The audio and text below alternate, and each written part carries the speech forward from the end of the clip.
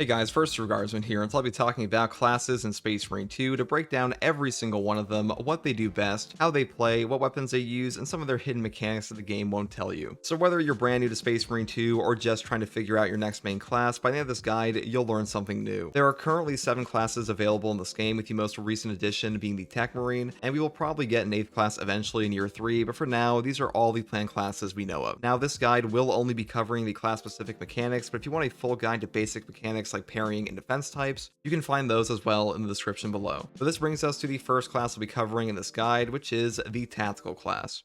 Tactical Marines are among the most versatile Astartes in the Imperium. These guys usually form the backbone of a Primaris squad, and in Space Marine 2, that still holds true as the Tactical is an incredible range support class for pretty much any team comp, and Tactical is also the most popular class in Space Marine 2 according to the official stats by Saber, and I can definitely see why, as he has access to a staggering amount of range weapons, and he really is a very well designed class that is fun at any skill level. This class's main role is that of a range support and damage enabler for your entire team, with things like global equipment regeneration or increased range damage. So if you're less interested in a frontline class and like to support your team from the back line, Tactical will fit that playstyle very well. He also has the largest selection of primary weapons out of any class in the game, with a heavy emphasis on bolters, with weapons like the Pyre Blaster and Stalker Bolt Rifle being some of the best boss killers in the entire game. The Tactical's ability to damage nuke bosses and hordes is also further enhanced by his signature ability, the Auspex Scan. This is one of, if not the single strongest class abilities in the game currently, simply because it allows you and your teammates to nearly instant kill some of the strongest enemies in the game.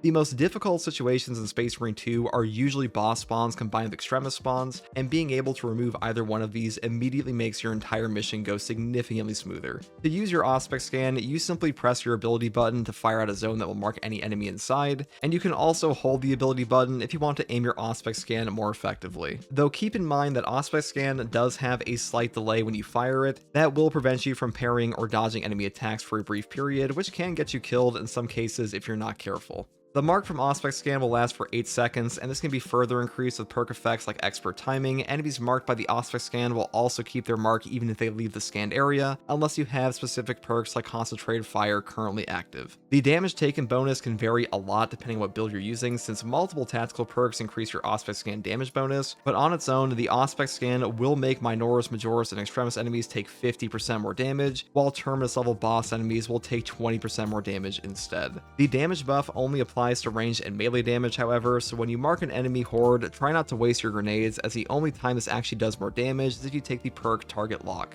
I also want to mention that the grenade damage from your grenade launcher attachments on the bolt rifle and heroic heavy bolt rifle do not count as equipment damage, so you can go crazy with these during an Auspex Scan since their damage is initially buffed, and this also is a question I get asked quite a bit. The base cooldown of the Auspex Scan is 90 seconds, making it one of the longer class ability cooldowns in the game, so perk effects like Vital Data become very useful for him, since usually the thing you want to spend your Auspex Scan on is going to be an Extremis Horde spawn or boss anyways. Auspex Scan can also be applied with a perfect parry or block with the perk Battle Focus, but keep in mind the scan from your parry with this perk will not apply other Auspex perk damage bonuses and will only apply the base damage bonuses of the Auspex Scan. This used to not be the case, and Battle Focus would just apply the entire Auspex perk tree as well, but they got rid of that since it lets you parry one-shot 99% of enemies in the game. Even without that though, pretty much every application of Auspex is a top tier option, since being able to remove a threat on the battlefield before it is able to become a problem is an incredibly useful effect no matter what. And there are exceptionally few abilities in Space Marine 2 that even compare to how good the Auspex is at doing this. Just make sure not to miss, since a bad Auspex Scan can cost you and your teammates the entire mission. Your starting perk on the Tactical is that any unequipped ranged weapon will automatically reload after 10 seconds. This is not really that good of a perk effect, and despite having one of the best class abilities in the game, this is ironically one of the worst starting perks. And in some cases, it's completely redundant with perk effects like Gunstrike Reload that automatically reload your ranged weapons anyways, or his core perk Emperor's Judgment that also does the same effect on an enemy finisher. This brings us to the next part of the guide, which is the Tactical's weapon selection. This class has a truly ridiculous amount of primary weapon options, some of which are among the best in the entire game. Like I mentioned previously, there is a heavy emphasis on bolters here, major standouts being things like the Stalker Bolt Rifle for its incredible damage potential against Zoanthropes and especially the Neurothrope boss when combined with your Auspex Scan, or the Heroic Heavy Bolt Rifle thanks to its grenade launcher attachment that puts out a staggering amount of burst damage against Horde, while also being able to recover your lost contested health almost instantly. Other standouts include his Pyreblaster that is one of the best everything killers in the entire game thanks to its ridiculous cleave and applying burn to entire hordes effortlessly.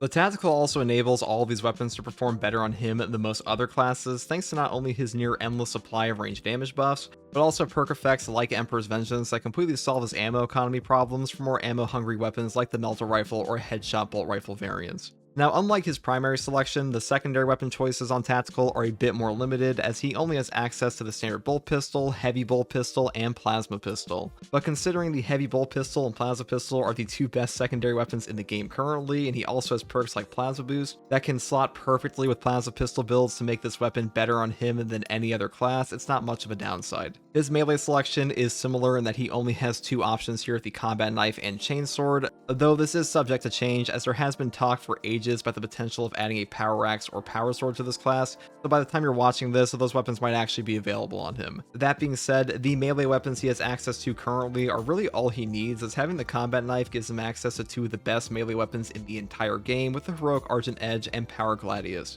The Argent Edge being capable of staggering any enemy on the first parry for a gun strike, which not only saves you from being stun locked, but also triggers tactical perk effects like Relentless Pursuit very easily. And the Power Gladius is able to straight up one-shot bosses on the proper build setup on even absolute difficulty, which really fits the two major build archetypes for this class. Even the Chainsword, despite being power crept a little bit by the knife heroic options, is still an excellent choice, and Tactical really struggles to underperform even with his worst setups. That is not to say that Tactical does not have any weaknesses, however, as this class is one of the squishiest in Space Marine 2 and really is the embodiment of a glass cannon. He has next to no survivability perks outside of things like Fortitude and zero armor regeneration perks outside of his weapon perk trees, which does mean that when you do mess up or start getting stun locked on Tactical, the likelihood of you spontaneously exploding to high burst damage is pretty high. This is the biggest mistake a lot of players make with this class, is that you have to respect your lower HP as you simply can't survive what a lot of the other classes can, and directly trading with enemy attacks is usually a bad idea.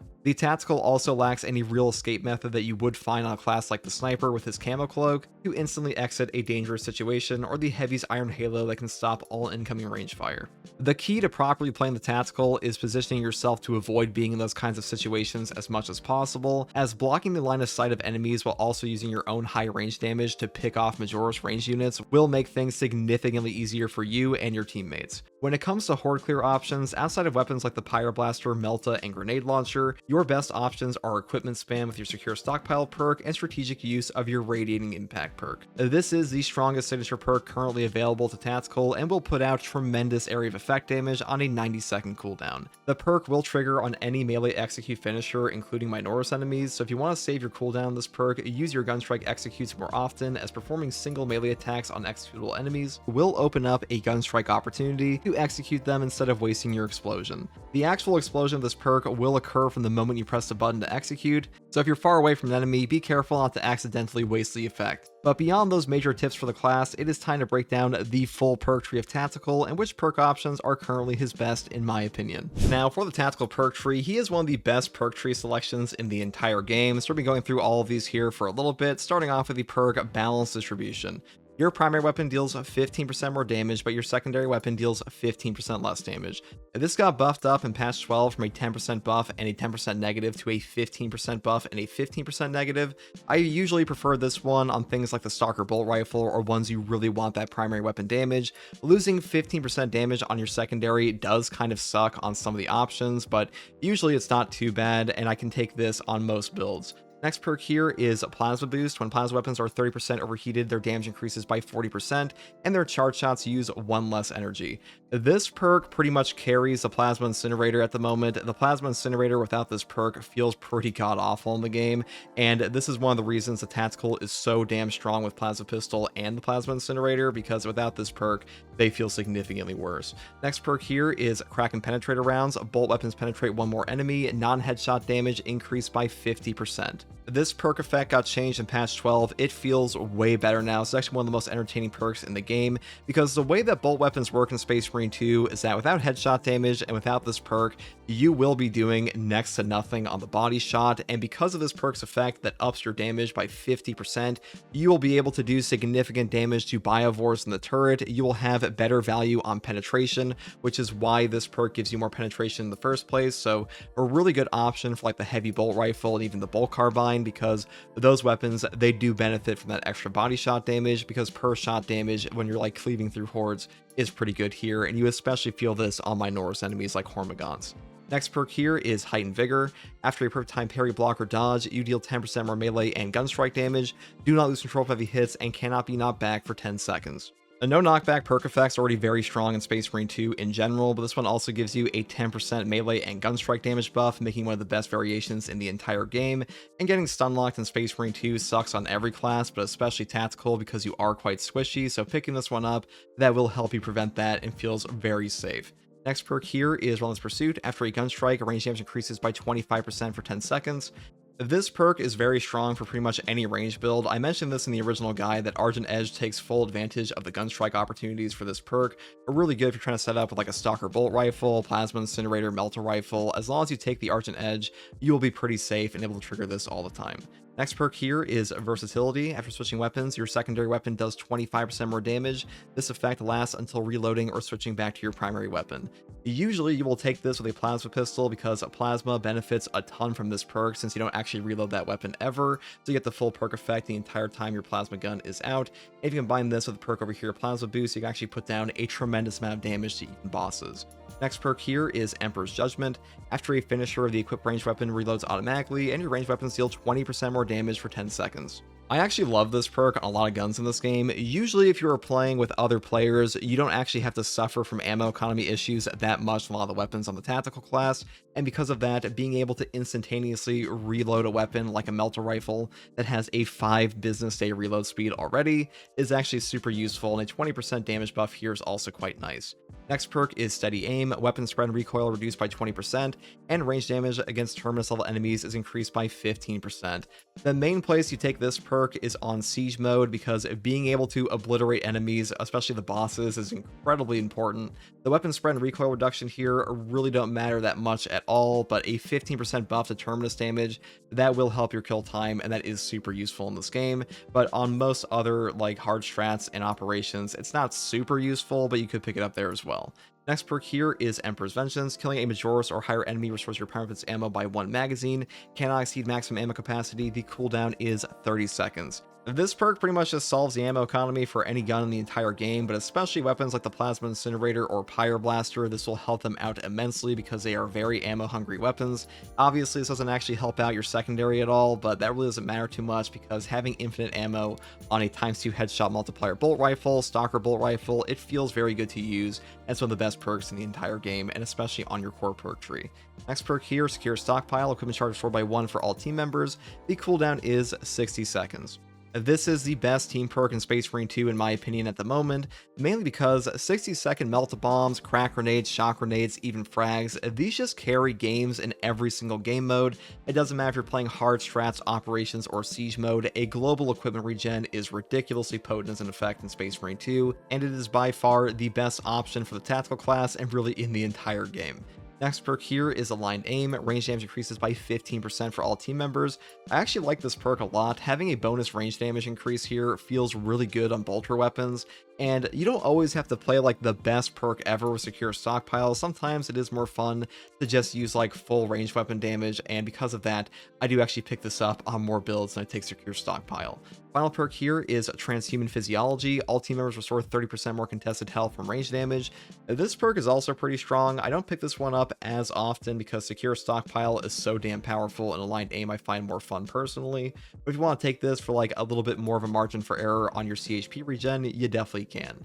Next perk here is Vital Data. Scanning an extremist or terminus level enemy restores your Auspex scan charge by 50%. This just gives you more Auspexes versus the enemies you want them against the most, and the Auspex scan does have like a 90-second cooldown like I mentioned before, so really good for him if you're trying to kill those big enemies. Next perk here is priority targeting. The mark from Auspex scan lasts 8 seconds longer, the base is 8, but Auspex scan ignores my Norse level enemies. This perk is pretty good. I usually take this one if I'm taking expert timing as well for the 75% damage buff, but a reduced duration on the mark because they have pretty good synergy there, since this one makes it so your Auspex scan lasts longer. And losing my Norse enemies, that really does not matter because you are pretty much never Auspex scanning a Minoris to actually kill them outside of like super high waves on hard siege anyways, so for the most part this is just all upside. Next perk is target lock. Enemies marked by Auspex scan take 75% more equipment damage. I don't think this perk is very good at all. Usually when you're using your Auspex scan, you'll be using melee and ranged weapon damage anyways, and without this perk, equipment damage doesn't get buffed at all regardless, so it's really not worth taking unless you really want to like stack 50 bajillion melta bombs in like a super goofy gimmicky way. But if you want to do that, I guess you could, but for the most part, I think these two perks here are far better. Next perk here is Battle Focus, a perfect time parry or block. It gives the parried enemy a mark from Auspex scan. This is a pretty good perk for a melee build. I don't like it quite as much as I used to because back in the day, you used to be able to apply things like priority targeting, expert timing, or even things like concentrated fire on the scan from this one. Unfortunately, the Battle Focus scan is only a base Auspex scan, which is not bad. Like, damage is damage, but I prefer the other option down here with precise calibration I'll get into in a second. The next perk here is Improved Efficiency. Scanning any 10 enemies or 3 Majoris or above enemies with 1 Auspex scan restores equipment charged by 1. You pretty much never take this perk because if you're going for equipment regen, Secure Stockpile is way better. Like, there is really no reason to take this over Secure Stockpile ever, and you're also giving up 2 of the best Auspex perks in the entire gear tree here with Battle Focus or Precise Calibration, so for that reason, I think this one could use like a little bit of a buff or something.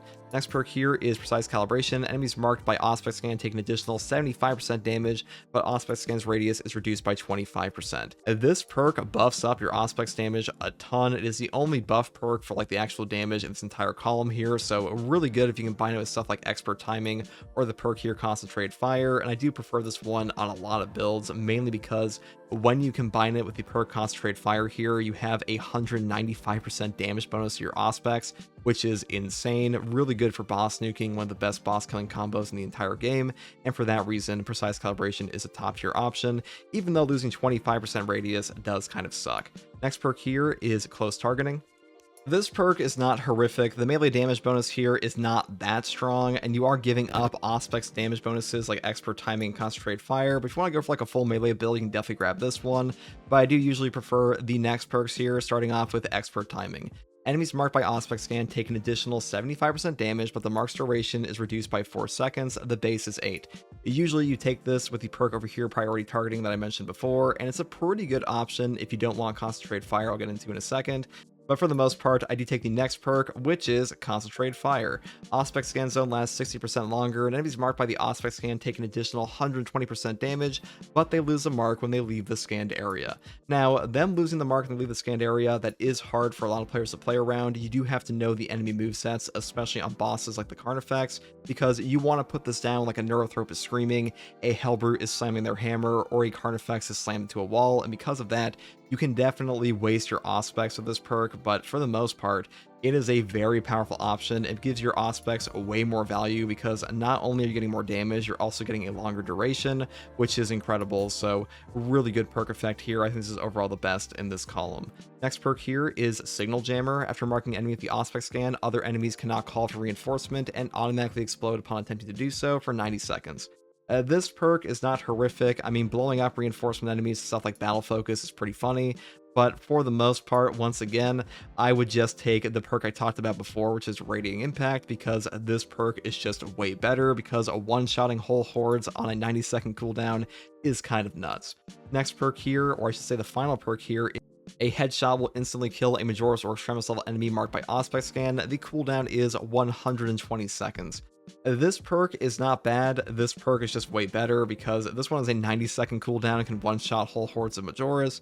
This one kills like 1 Extremis and 1 Majoris on a 120-second cooldown. It has been power crept a little bit because back when this perk was like out when the game first originally launched, you wouldn't have that many Majoris or Extremis compared to now, but these days, Some of the stratagem modifiers spawn like 5+ extremis. Horde mode will have you fighting like dozens of extremis at a time, and because of that, it has had its value decrease, and because of that, its value has decreased quite a bit. But there are moments where you do just want to instantly kill a Majoris or an extremis, especially in rage Majoris, or just really annoying extremis like Raveners or Lictors, and being able to do that even on a 120-second cooldown instantly is still pretty good. I just prefer the other perks, and that is pretty much all there is for the tactical tree. Now, tactical is a pretty decent prestige perk selection, starting off with the perk Acuity. Each consecutive headshot increases headshot damage by 3% up to 15%. The bonus lasts 5 seconds without a headshot. This is a top tier option for any bolter in the entire game. This will also affect the Pyroblaster for whatever reason, so if you're using a bolter option on the tactical, which you usually are because most of his weapons are bolter options, I would definitely pick this up. Acuity is a very strong DPS buff, really good perk, definitely one of the better options for him. Next perk here is Skilled Supplier, and reserve increases by 15%. This is a pretty unique perk in that this will buff up your grenade launcher ammo, it'll buff up your primary and secondary. Even if you look over on classes like Heavy, his perk Additional Supplies, this will only affect your primary option. This is actually one of the only ammo increases in the entire game for a secondary weapon, so really good for that. I do usually pick this one up on like hard stratagem and operations builds because it's just more ammo and helps out your ammo economy a ton. The next perk here is Second Look. If no enemy has been scanned by the time the Auspex scan zone disappears, Auspex scan charge is restored. This perk is not god-awful in my opinion, but it's also not that useful. The main time this comes into play is if you're fighting against like a Zoanthrope or something and you happen to miss your Auspex, but usually that will not happen. Most of the time you can just aim your Auspex at the ground and hit any enemy you're trying to get, so for the most part I don't think it's super useful. And also it's kind of like a bad perk interaction here with the perk Concentrate Fire. This one says Auspex scan zone lasts 60% longer, and enemies marked by Auspex scan take an additional 120% damage, but they lose the mark when they leave the scanned area. When you have this perk, you actually have to wait for your Auspex scan to run out entirely, then it'll refund. So if you shoot this one out and you happen to miss, you won't even get the perk back immediately from this. So not super awesome, but not like the worst thing ever. Next perk here is God tier in Siege mode. This one is called Spare Power. Collecting an ammo box restores ability charge by 25%. In the Siege mode, you can just buy ammo boxes at requisition stores constantly and get your Auspex back over and over, and also get back all of your grenades. Really good synergy there. Now, in the hard stratagems and operations mode, I don't think it's quite as good, mainly because ammo boxes are far harder to come by. They're not like that rare or anything, but I would say for the most part, this is a top tier option in Siege, and in operations and hard strats is far more niche. But getting back ability charge on ammo boxes, that is pretty good. Auspex scan is an incredibly powerful ability, so definitely not a bad option. Next perk here is Resilience. Medicae stims restore 40% more HP. This perk just helps out the pickup economy of your game. Anything giving you back more stim HP is just going to make every stim more valuable, and this class is quite squishy, so having an option to like get back all of your HP or significantly more HP does help him out a lot. I think this perk is actually quite underrated, so if you want to pick this one up for like operations and stuff like that, it is definitely beneficial. The next perk here is Fortitude. Health increases by 15%. A health increase is a pretty boring perk effect, but this is also one of the best perk effects in the entire game. I would pretty much always pick this perk up on the prestige perk options for tactical because HP increases in Space Marine 2 are very valuable because number one, they prevent you from getting one shot, and on top of that, this game has a ramping damage reduction below 25% HP, so if you have a higher base HP, your effective HP goes up even more, so really valuable perk here. Definitely grab this one, probably like the best perk in this whole tree for like any build. Final perk here is Exigency Charge. When your health is less than 25%, ability charge regenerates 15% faster. This perk is trash. I don't know why this perk is even in the tree, to be honest. Like, there's not really a scenario you want to be below 25% HP on tactical anyways, and a 15% bonus to your ability recharge is just not remotely worth it at being below 25% HP. This class is quite squishy, and being that low can put you into one-shot territory. I would definitely skip this for better options like Acuity, Skill Supplier, Resilience, Fortitude, and Spare Power. These are probably the 5 best overall in my opinion, and these 2 are the worst, though Exit Density Charge is definitely more garbage than Second Look. And that's pretty much all there is for the Tactical Prestige perk options. I would say, you know, if you're using a bolter, just take Acuity. If you're playing Siege mode, definitely pick up Spare Power. And if you're trying to use like Operations and hard strats, Resilience and Fortitude are pretty much always good options. And that's pretty much all there is to talk about here. And that is pretty much everything there is to say in this guide for the Tactical class. I do have a ton of build guides for this class on this channel that I regularly update between patches. So if you're curious about more specific perk tree setups, you can find them on this channel as well. The Assault is the main close support unit of a Primara Space Marine squad, using their jump packs to take enemies by surprise and shred through them with things like chainswords, even just turn them into pulp with the iconic Thunderhammer. In Space Marine 2, however, the Assault has had a bit of a troubled history, launching in a truly abysmal state with pathetic melee damage and class perks, but after a series of significant buffs to melee weapons in the game and his class abilities, the Assault is currently one of, if not the strongest classes in the entire game. Though a lot of players still have bad memories about this class from launch, and he can be a bit harder to play compared to others, simply because his kit just has more going on than a lot of the other classes do. The major strengths of the Assault class are his ability to dish out tremendous melee damage for both single targets and hordes, with the highest potential gun strike damage in the game. On top of having the highest mobility in the game to swiftly move around the battlefield to escape some of the most dangerous situations while simultaneously one-shotting enemies. This brings us to your signature war gear on this class, which is the Jump Pack. This is one of the best class abilities in the game, granting you huge AoE damage and brief moments of invulnerability. This is actually where most of the survivability of the Assault comes from, as he doesn't actually have access to a lot of damage reduction you'd find in other classes, and instead avoids damage entirely. Your jump pack can hold a maximum of 2 charges and is separated into 2 different types. The first one I'm going to cover here is the ground pound ability. This is your main tool for dealing damage with your jump pack outside of one perk combo we'll get into later, and to perform a ground pound, all you have to do is press and hold your class ability button, and then hold your melee attack button at any time in the air to come back down and slam your weapon into the ground. The place you'll jetpack to in the air is shown on the ground with a yellow icon. This icon shows the farthest you can possibly go with your jetpack once you use your ability, though I should mention, to achieve the maximum distance shown on the ground, you can't press your melee attack button or you'll start a ground pound instead. But usually while playing in the game, you'll want to use your ground pound anyways before you actually reach the max distance, so interrupting this with your melee button is something you'll probably be doing a lot anyways. All you have to do to aim the yellow icon for your jump pack is simply move your camera angle. Looking up will make your max jump distance farther, and looking down will move it closer to your original position. This can get a little confusing for some players, so hopefully that better explains how the jump pack distance actually works. When it comes to actually using your ground pound in the air, the place you land once holding down your melee button is also represented by the same yellow icon. Now, something important I also want to mention is that despite you being able to hold down your ground pound for an extended period, this does not actually grant you any more damage on your ground pound landing unless you take the perk Diligence. And this is something a lot of players ask about, and I can't really blame them, since usually in games charging something up equals more damage, but without the perk equipped, it doesn't do anything except delay your slam. The actual damage of your ground pound slam is affected by multiple factors, the first one being your weapon selection, as weapons with higher base damage will give you more damage on your ground pound as well. This makes weapon types like balance or block the overall best on this class, as they do have the greatest synergy with the main class ability, though a fencing weapon can still deal pretty decent damage and does open up opportunities to use gunstrike builds more effectively as well. The same is true for perks like Knowledge of the Enemy or Strategic Strikes that will give your ground pound more damage, but keep in mind, perk effects like Overcharge, despite saying that they affect held melee attacks, will not improve your ground pound damage at all.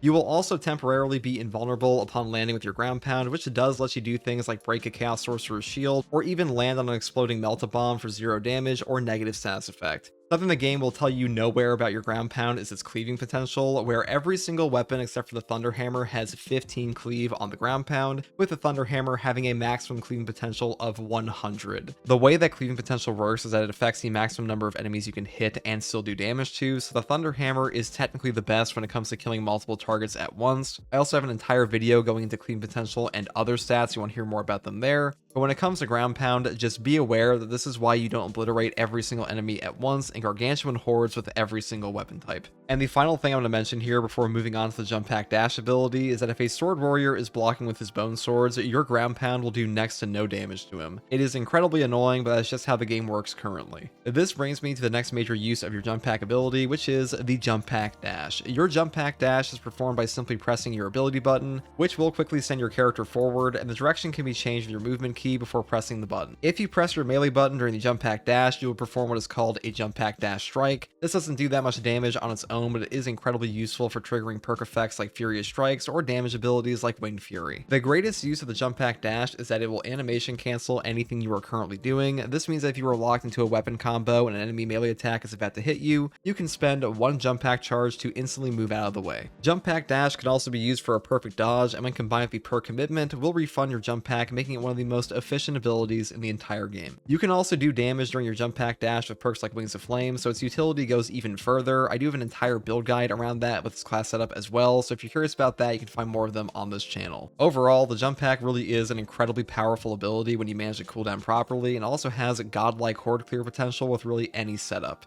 This brings us to the next portion of the Assault class, which is his weapon selection. Assault has access to 5 out of the 7 melee weapons in the game, with the Chainsword, Power Fist, Power Axe, and Thunderhammer. A lot of these weapons benefit heavily from Assault's perk tree options like Overcharge that turn the Thunderhammer into a disgustingly powerful area of effect weapon even without Ground Pound, or Winged Fury that can turn his lunging overhead out of the Power Axe and his jump pack dash strike into a far more devastating attack. When it comes to damage, like I mentioned before, the Assault has amazing synergy with balance and block weapons, as their base damage scales with both his class ability and perk tree very well. But even fencing weapons can be quite useful on him, as he also has plenty of Gunstrike perk options like Proven Efficiency that can make full use of the bonus parry window fencing offers. These also synergize perfectly with his perk tree effects like Armor Reinforcement, which actually make him one of the safest classes against Tyranids in the game with the proper setup. As far as his secondary weapons are concerned, he's one of the only classes to have access to every single sidearm in the game. Obvious standouts are things like the Heavy Bolt Pistol for its top tier gunstrike damage, or the Plasma Pistol for its stagger and contested health regeneration. Though even weapons like the Inferno Pistol can be quite good on him as well. The major downsides of the Assault are his lack of proper health damage reduction that can get him stun locked to death if he fails to use his jump pack properly, where other melee classes might survive. And he also lacks a primary weapon and any serious form of ammo regeneration, which can be a bit of a problem for him with some loadouts. When it comes to general gameplay tips for this class, Assault really comes down to properly managing your jetpack for horde clear and stagger control. Ground Pound is one of the only abilities in the game that can stagger and rage enemies, and also staggers the Hellbrute boss and Hive Tyrant, which is very useful for when you're trying to set up kill zones for your team. Like I said at the beginning of the video, a lot of your survivability with this class comes from your Ground Pound's contested health recovery and the mobility of your jump pack. So if you find yourself taking significant damage, it's not a bad idea to simply Ground Pound the enemies in front of you to recover lost health, or even immediately pick up an execution if the Ground Pound does enough damage. It is also often more beneficial with this class to simply shoot your ranged weapon at an enemy, rather than try to melee them to recover contested health, because as it currently stands, ranged weapons are generally more reliable than melee weapons at recovering contested health. But just keep in mind that if you are struggling with the Assault class, don't feel too bad, as he is one of the highest skill cap classes in the game currently, and does have a significant learning curve to maximize his full potential with animation cancels and jump pack uses. With all of that out of the way, it is finally time to talk about the Assault's perk tree options to give you a bit of an idea of how to set up this class. Now, the Assault's perk tree is in a much better spot than it used to be. Most of his options are pretty good these days. There are still a couple shit ones, but for the most part, he's in a pretty good spot. I'm going to be going through them all here, starting off with Winged Fury. Damage from melee attacks executed while sprinting or dashing increases by 100% and deals AoE damage within a 7-meter radius. The cooldown is 5 seconds. This perk is pretty damn good with weapons like the Power Axe. Your lunging attack on there is already pretty strong. This also helps out things like the jump pack dash strike we talked about earlier, so overall I actually enjoy this one quite a bit. It's not like a top tier god option, but it is pretty good. Next perk here is Overcharge. Damage from held and charged melee attacks increases by 25%. This is one of the best melee attack perks in the entire game. It is a 25% multiplicative melee damage buff to pretty much every heavy hitting attack in all of Space Marine 2. If you take this perk with like a Thunderhammer or even a Power Axe, you will do tremendous damage. One of the best damage options in the entire game. S tier perk for sure. Next perk here is Armor Reinforcement. Non-finisher gun strikes restore 1 armor segment. This is just a top tier defense perk. This class already has a ton of gunstrike synergy, but this also gives you so much survivability against Tyranids, especially because any amount of armor remaining in Space Marine 2 will reduce all incoming melee damage to 0, even from bosses, so a top tier effect here, just like Overcharge. Next perk here is Auxiliary Arsenal. Secondary weapons damage increases by 20%. I actually like this perk quite a bit. It's not like a top tier option. There are better options in this column, in my opinion. But as far as secondary weapon damage goes, if you combine this with the perk down here, Practice Aim in your Prestige perk tree, you do get like a 35% damage bonus to your secondary weapon. That feels pretty damn strong with the perk over here, or the weapon over here, the Heavy Bolt Pistol. This helps you kill a bunch of Zoanthropes and Neurothropes and stuff like that. I do prefer this on a lot of builds. But as far as the next perk is concerned, I do think this one's a bit better. This is called Defense Mechanism. Contested health fades 50% more slowly. Having a slower CHP fade in this game is an incredible perk effect on the Assault and the Bulwark class. This is pretty much the exact same as the Bulwark's Advanced Conditioning perk, where you'll just have a slower CHP fade. That just makes it way easier to just get around your CHP recovery in general. So if you're trying to go for a defensive option, you just take this one. Next perk here is Consecutive Execution. Killing 7 enemies in rapid succession is supposed to become charged by 1. The cooldown is 90 seconds. This is probably the best one in the entire column. 90-second Melta Bombs, Shock Nades, Frag Nades, Cracks. These will just make your life 10 times easier. The equipment in Space Marine 2 is incredibly potent at wiping out extremists and even helping you out with bosses. So as far as like perk value goes, I think this is overall the best, but pretty much every option in this column is pretty strong. The next perk here is Perseverance. While performing charge attacks, you take 25% less health damage, don't lose control of heavy hits, and cannot be knocked back. This perk is not a bad option, but the big thing here is that no knockback on a charge attack in this game is usually pretty redundant, because most of the weapons that have charge attacks have hyper armor anyways, but a 25% health damage reduction here is pretty good. If you want to take it to make yourself a bit more safe, you can definitely do that. I just think the other options in the column here are a bit better.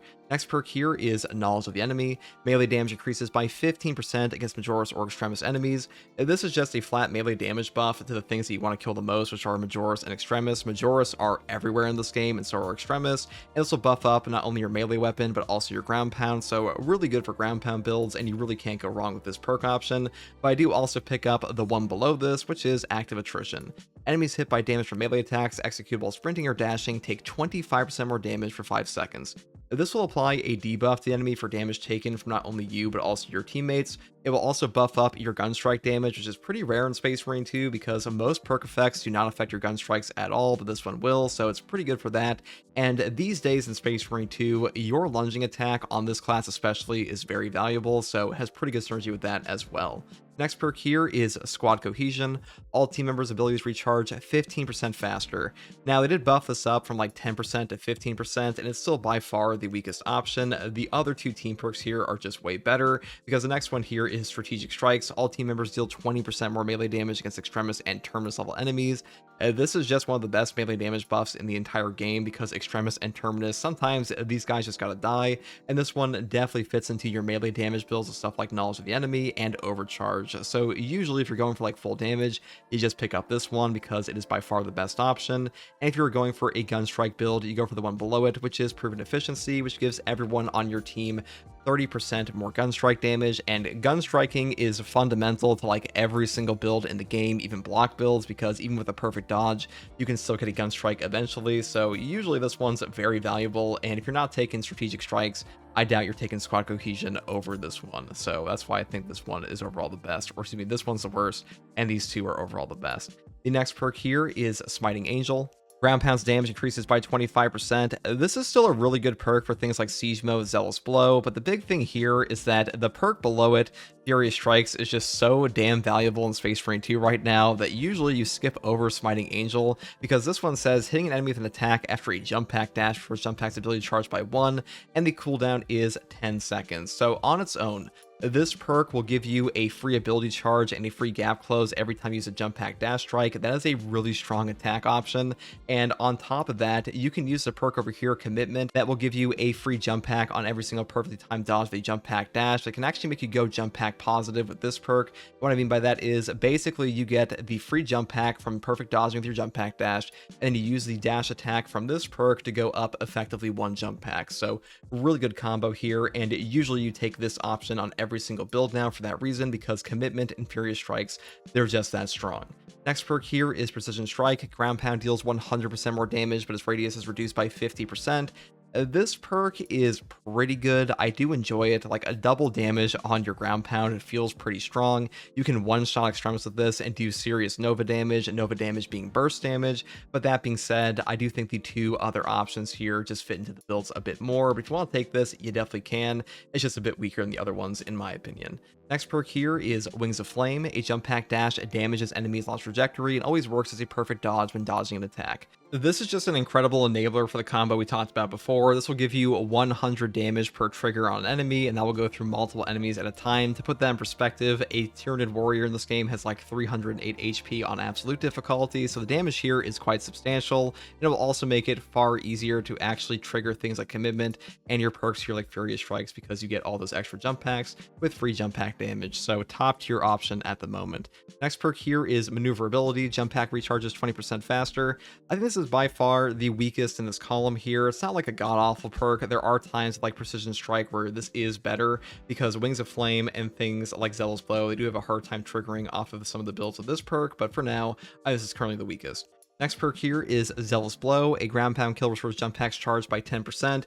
This is another top tier option, especially in siege mode, because you can pretty much just ground pound into horde after horde and get all of your charges back. That is really strong in this game. Now, Wings of Flame is a bit better in operations than hard strats, but as far as siege mode is concerned, this one still reigns supreme. Next perk here is Pride and Duty. After a finisher, ground pound deals 25% more damage for 10 seconds. This will trigger off of any finisher in the game. That also includes things like a gun strike on Minoris, so pretty easy to use. You can also have the cooldown be reset every single time you do a finisher of any kind, so really easy to re-trigger this over and over. Next perk here is Diligence. A fully prepared ground pound deals 20% more damage, but the preparation time is increased by 25%. This perk is okay. I think currently it's the weakest in this tree, just because of the charge up here, like really not super good unless you're taking things like Unyielding Oath we'll get into later, so I do skip over this most of the time. But like, you can have this as like a flat damage increase with no prerequisite like a finisher or anything like that. So if you want to do that, you definitely can. Next perk here is Aerial Grace. After a perfect time dodge using a jump pack dash, you deal 30% more damage for 10 seconds. This is just a free damage buff to like all of your range and melee attack damage on top of other things. If you're using Commitment and Wings of Flame for a build like that, it is pretty strong on jump pack dash builds. I do use this all the time, but if you're not taking this, you're probably taking Pride and Duty. The next perk here is Ample Ammunition. Any use of a jump pack reloads the equipped ranged weapon, increases damage by 50% for 10 seconds. I used to like this perk a ton in this game. The big thing now is that Commitment is just too damn good in Space Marine 2 to not take anymore, in my opinion. The animation cancel they added into patch 12 is just so strong in this class that not having free jump pack dashes, that does kind of suck. So like, unfortunately, these two signature perks kind of got power crept, and this one especially is pretty good, but it's just kind of circumvented by this option instead. Next perk here is Ascension. Jump pack leap deals damage to all enemies in the takeoff area. This is okay for free damage. If you want to take these two, I mean, you definitely could. Neither one of them is like absolutely god awful. I just prefer Commitment because animation canceling is just the strongest thing on this entire class at the moment for his jump pack dash anyways, and getting free charges, that's just a super strong thing to have.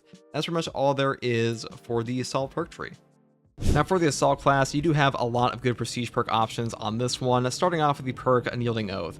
When charging a ground pound, you become invulnerable for 3 seconds. This perk is an incredible utility option, mainly because you only have to hold down your ground pound for like a split second to actually trigger this. That makes you effectively immortal the entire trajectory of your ground pound slam, which is super damn useful against things like a Zoanthrope Beam, Neurothrope Wave, or Missile Terminator. So if you want to pick this one up for that, it is a very strong option. It's also definitely best on things like a Zealous Blow build, because if you're using like Furious Strikes and Commitment and Wings of Flame, you will be using your ground pound a bit less, but even there, it is still quite strong. The next perk here is Adrenaline Boost. This one used to be a must-have. It reads, after a perfect time parry, block, or dodge, you don't lose 12 heavy hits, and you cannot be knocked back for 10 seconds. Now, no knockback is an incredibly potent effect in Space Marine 2. The way that it works is that any attack that would stagger you will do nothing instead, and any attack that would knock you over will only stagger you. So really good to prevent stun locks. Now, these days, you don't take this one as much, mainly because the perk down here, Hammer of Wrath, got added, and this one says, after using your jump pack, you take 30% less range damage, and you also get the no knockback effect for 15 seconds instead of 10. And you use your jump pack dash all the time on this class, unlike any build setup in the game. Doesn't matter if you're using like Wings of Flame or Zealous Blow. So this one is kind of just like completely taken over the no knockback effect over Adrenaline Boost, but if you want to pick this one up, you still could. The next perk here is Duelist. Perfect parry and perfect block windows increased by 25%. This is a pretty decent perk if you're playing in bad ping or if you're playing like a super laggy game. It's also pretty good if you're like new to the game, you don't really know how to use the perfect block and parry windows that well. I will say it is not like the best perk option in the game in my opinion. I would probably take Unyielding Oath over this. If you want to use Duelist, you definitely can. Next perk here is Fortitude. Health increases by 15%. I pretty much pick this one up all the time for the same reasons I pick it up on Tactical, because health increases in Space Marine 2 are incredibly valuable, especially since they just give you more effective HP at those low HP values because of that ramping damage reduction below 25% HP we talked about earlier. A really good perk option. Pretty much pick up a health increase wherever you can find it. Next perk here is Scramble Targeting. If you are surrounded by 5 or more enemies, you take 20% less damage from range attacks. This is a pretty good perk. It's not like my favorite in the whole tree. A 20% range damage reduction will affect both your HP and armor, and being surrounded by 5 or more enemies does happen pretty often on both factions in this game, but you know, I would probably take options like Practice Aim or, you know, Fortitude, Duelist even, over this one, but my preferred setup usually excludes this one. Next perk here is Practice Aim. Range damage increases by 15%. I mean, this is a pretty boring perk effect. It's just a straight damage increase, but even with that being said, it is a very strong perk. So if you combine this with the perk over here, Auxiliary Arsenal, you can get a 35% secondary weapon damage increase, which is pretty staggering on this class. Very strong option. I do usually incorporate this one, though if you want to skip over it for Scramble Targeting like I mentioned before, you can definitely do that. The final perk here is Hammer of Wrath. I would pretty much always use this perk now. A 30% range damage reduction for basically free is incredible, and getting no knockback on top of that for 15 seconds for just using your class ability is also incredible, and this really is one of the best changes they ever made to the Assault class. This one got added in from the actual perk tree here. It used to be in this slot in the gear option, and they put it in the prestige perk options in patch 12, so definitely grab this one. I would say the best perk setup overall for most people is either going to be Unyielding Oath and Duelist on top of Fortitude, Practice Aim, and Hammer of Wrath, and that's pretty much all there is for the Assault perk tree options. And that is pretty much everything I wanted to talk about in this guide. Assault is one of the most entertaining classes in the game currently, at least for me, and he has significantly benefited from a number of buffs since the game's original launch. In Warhammer 40k lore, a Vanguard Infiltrator is a specialized battle line member of a Primaris squad, prioritizing burst fire close-range weaponry like bolt carbines, and they are usually used for sabotage and scrambling enemy communications. One of the biggest things separating a Vanguard from a standard battle line Primaris Marine is their use of the light armor Phobos variant of the Mark X power armor, which aids in their fast movement across the battlefield, and in Space Marine 2, this armor is actually represented by them having only 2 armor as opposed to the 3 on other classes. The Vanguard is also a melee-focused hybrid class that specializes in both team support and sustained self-healing, with access to some of the stronger bolters and melee weaponry in the game, alongside a ton of damage reduction perks for both melee and range damage that make you significantly tankier than you might think initially. And all of your sustain is made even easier with the Vanguard starting perk that gives you a 50% increase to your contested health recovery. Now, even though the in-game starting perk description says contested health regenerates 50% faster, this perk's contested health recovery only applies to melee weapons, not ranged. And even if that is worse than it may sound initially, this actually pairs very well with things like the chainsword that already have perks that double your contested health recovery, or weapons like the combat knife that usually lack significant health recovery at all, making the Vanguard one of the easiest classes to manage Minoran swarms with. And this brings us to the signature class ability of the Vanguard, which is of course the Grapnel Launcher. The Grapnel Launcher is the main mobility tool of the Vanguard, and upon use it will take you directly to a single enemy, where you will perform a diving kick in their face, staggering and damaging them, which will allow you to perform a follow-up attack for either melee or range. The actual damage of your diving kick will scale up with difficulty and can be even further increased with perks like collateral damage or tenacity that can actually let you one-shot Majoris and immediately put them to execute, or deal significant damage to things like a Neurothrope boss.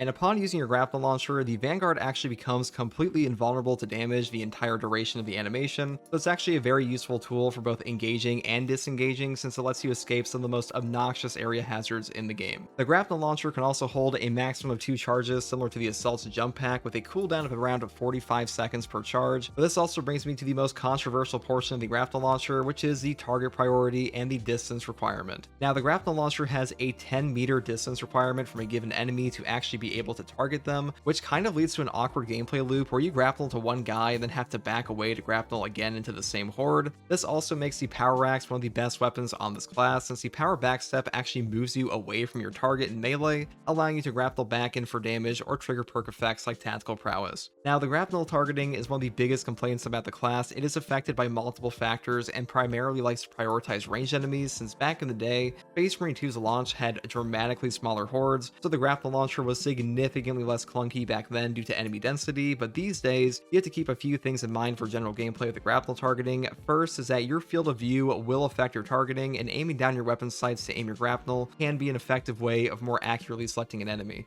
Now, while PC players can manually edit FOV in the game settings, unfortunately the console version of Space Marine 2 does not have an FOV slider at the moment, and Focus has said they have no intention of releasing one on the platform anytime soon, which is probably due to performance issues like a lot of games, but just keep that in mind. But aiming your gun will work on both platforms to help your grapnel targeting, and the grapnel launcher also loves to prioritize ranged enemies, so keep that in mind as well. And even if you do try your hardest with every single trick you can find to help you choose a target for your class ability, you will still just get flung to enemies you don't want to sometimes, because Space Marine 2 is a hectic game, and even veteran players struggle with the grapnel targeting in some circumstances because it's honestly a bit clunky at the moment, so don't feel too bad if you sometimes waste your class ability. Now Focus has said the Vanguard will be getting some gameplay changes in patch 13 to make his overall playstyle a bit smoother, similar to the assault in patch 12. This might give him an animation cancel or a shorter grapnel range, and I'll put any future changes like this in the pinned comment below. But this brings me to the Vanguard's weapon selection. The biggest thing that separates the Vanguard class from the two melee classes Bulwark and Assault is that you actually have a primary ranged weapon on this one. There is a heavy emphasis here on bolt carbine options like the Oculus, Instigator, and standardized version. We also get access to the Melter Rifle, which is one of his overall strongest options. Since the Vanguard class not only benefits from close range combat weaponry like this thanks to the grapnel launcher, but also gives you an extra source of both armor regen and healing with weapon perks like Trick Shot and Rapid Health, on top of partially solving some of Vanguard's major ammo economy problems thanks to weapon perks like Decisive Reload. The Vanguard also has access to every secondary weapon in the game outside the plasma pistol, alongside the chainsword, combat knife, and power axe for his melee selection, with the power axe currently being the best option for the reasons I previously mentioned thanks to its power backstep mechanic, which will conveniently move you away from targets to grapnel back to them, all while dealing damage from the power wave itself and Gunstrike to let you hit breakpoints for perks like Tactical Prowess. The major downside of the Vanguard is that you have a pretty terrible ammo economy, and even though you have a ton of healing, he very much lacks in melee damage compared to the Bulwark and Assault, and even the Sniper, that all reach significantly higher amounts than he is capable of currently, and your boss damage especially is just not remotely as strong as what other classes are capable of, and he is firmly in the bottom tier of options when it comes to this at the moment. Part of this is because his melee perks don't function properly and give significantly less damage you might expect if you simply read the perk description, and when it comes to mass horde clear, he is heavily dependent on his signature perk combos Zone of Impact and Tactical Prowess, or recycling melt-the-bombs with perks like Consecutive Execution.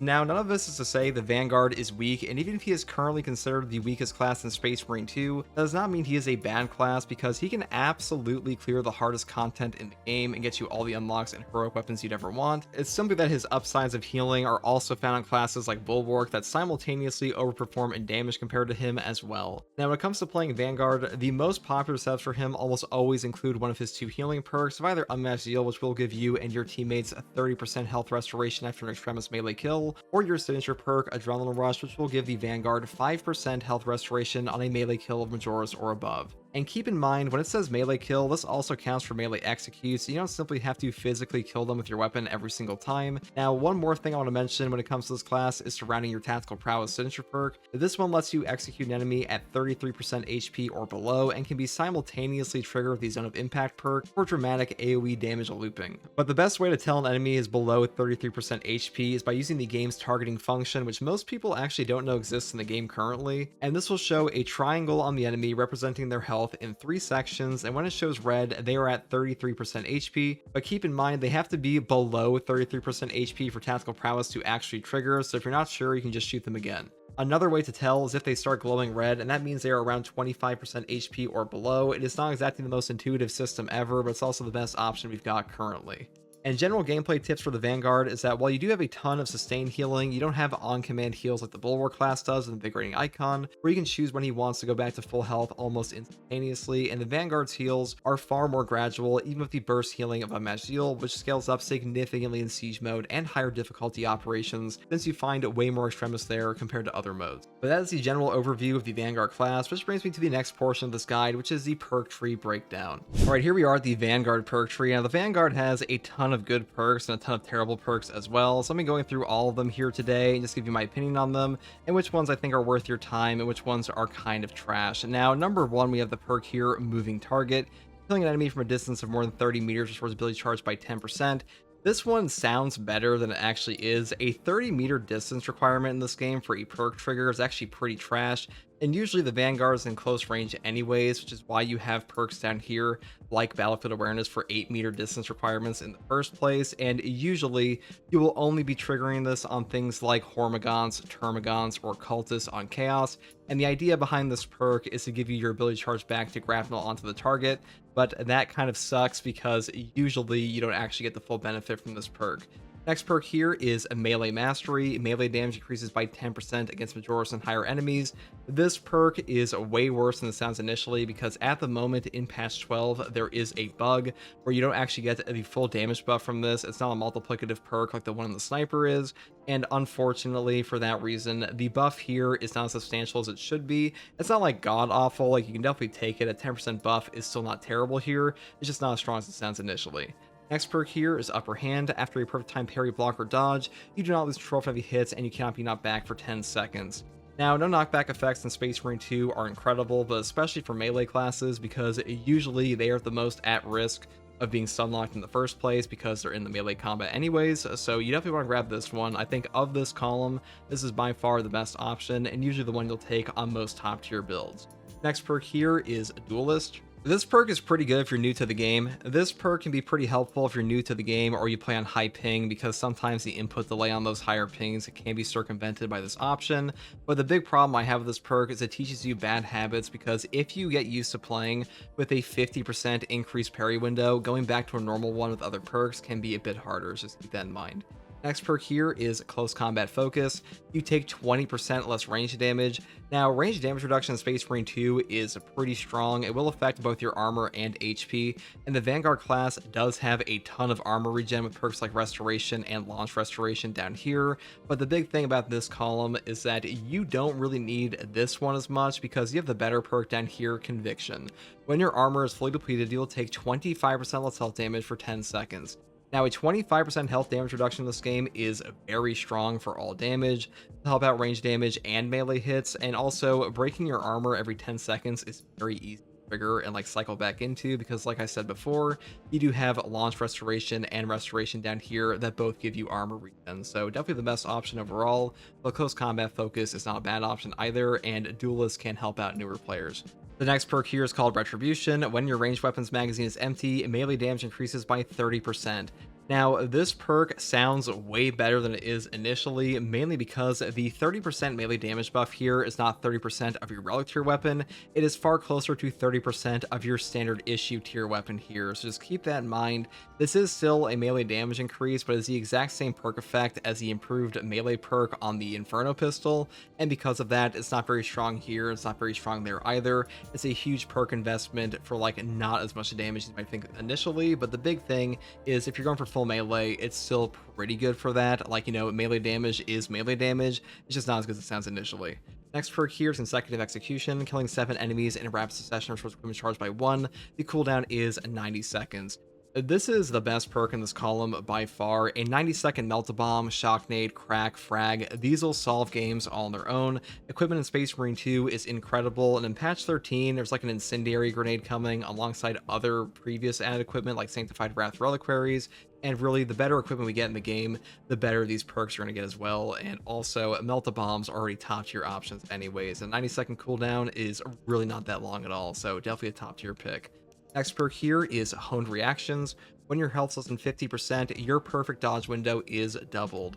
Now, this can actually give you the highest perfect dodge window in the entire game, and usually the way this works is that you'll drop below 50% and either stay there, or you'll get like a gun strike off of this perk trigger and immediately use that gun strike to get your CHP back, because this will trigger when your CHP is still active. So if your HP drops for any reason below 50%, you'll still get this off and have the opportunity to get it back. So pretty good option there, and also pairs very well with perks over here like Thrill of the Fight that give you a 20% health damage reduction on a perfect dodge. So pretty good option. Next perk here is a Melee Champion. All team members deal 15% more melee damage. Just like the perk over here, Retribution, this one's damage calculation is pretty trash. Hopefully they fix that in the future. If they have, I will put it in a pinned comment. But for now, the Melee Champion perk is by far the worst team perk, because the 15% buff here is just not very good at all. But you know, damage is damage. If you're going for like a full melee build, this is still technically the best option. Next perk here is Unmasked Zeal. Melee finishers of Extremis or Terminus level enemies additionally restore health by 30% for any team member. I would say for the most part and most players, this is by far the best team perk on Vanguard. Getting a full med pack on every single Extremis and Terminus is incredible for your teammates, especially in Siege mode, where there are just so many more Extremis and the higher difficulties like Absolute or Hard strats. So, you know, if you're a new player, definitely grab this one, though I do kind of prefer the perk down here, Inner Fire. All team members can restore ability charge by 15% by performing finishers on Majoris or higher enemies, because if you are getting a better CDR on your grapnel, you can get more triggers off of things like Launch Restoration to get armor back, and on top of that, getting a 15% cooldown reduction every single time you get a finisher on Majoris or higher for classes like Bulwark that have a very long cooldown their chapter banner is super invaluable, and also really just any class in the game. So a really god tier perk, and both of these are very strong options. Next perk here is Restless Fortitude. After a diving kick, you take 40% less range damage for 10 seconds. This is a substantial damage reduction for your diving kick. Usually you go into like a Techmarine or something and get a fat damage reduction here, and 40%, that is high. This will stack with things like Conviction. It will make your life way easier on Chaos, and this is usually what I take for like an easier build. Next perk here is Shockwave. Diving kick additionally deals damage in a 5-meter radius. This is pretty nice for wiping out things like Bramble, Cultist, or just like knocking away Hormagaunts or Spore Mines, but for the most part, I do kind of prefer Restless Fortitude, but still a very strong option. Next perk here is Collateral Damage. Diving kick deals 50% more damage and additionally damages enemies on the way to the grapnel launcher's target.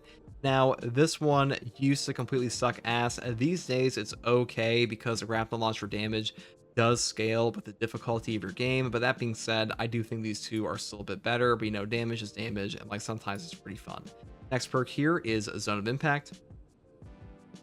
Performing a finisher of the grapnel launcher deals damage to nearby enemies. This perk is incredible. The amount of damage you do on the AoE from this thing is tremendous. One of the best perks in the whole game for Vanguard, and by far one of his best perk combos, if not the single best perk combo for him in the entire game, with Zone of Impact and Tactical Prowess I'll get into later. So definitely pick this up for that build, and really, really strong option.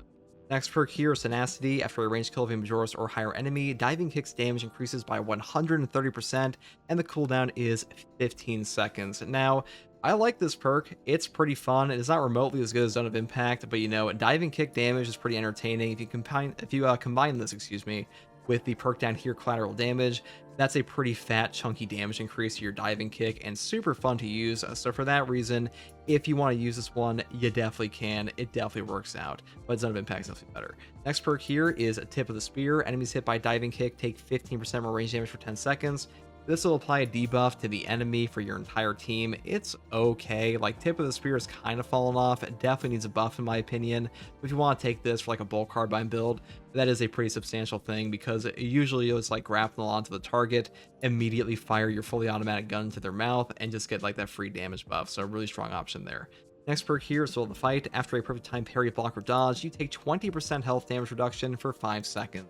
You know, this is a perk that will re-trigger every single time you proc the effect, and this procs on every single defensive trigger in the entire game, so really good for that. A 20% health damage reduction on top of Conviction is a 45% health damage reduction, which is really strong on this class.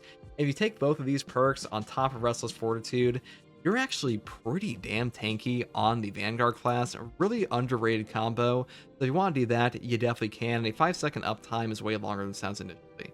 Next perk here is Grim Determination. When grapnel launcher is in cooldown, weapon damage increases by 15%. This perk is okay. The big issue I have with this one is that Grim Determination requires you to have a fully drained grapnel launcher. You can't simply have one charge out of two, and for that reason, I usually skip over it. Next perk here is Combat Readiness. Grapnel Launcher recharges 20% faster.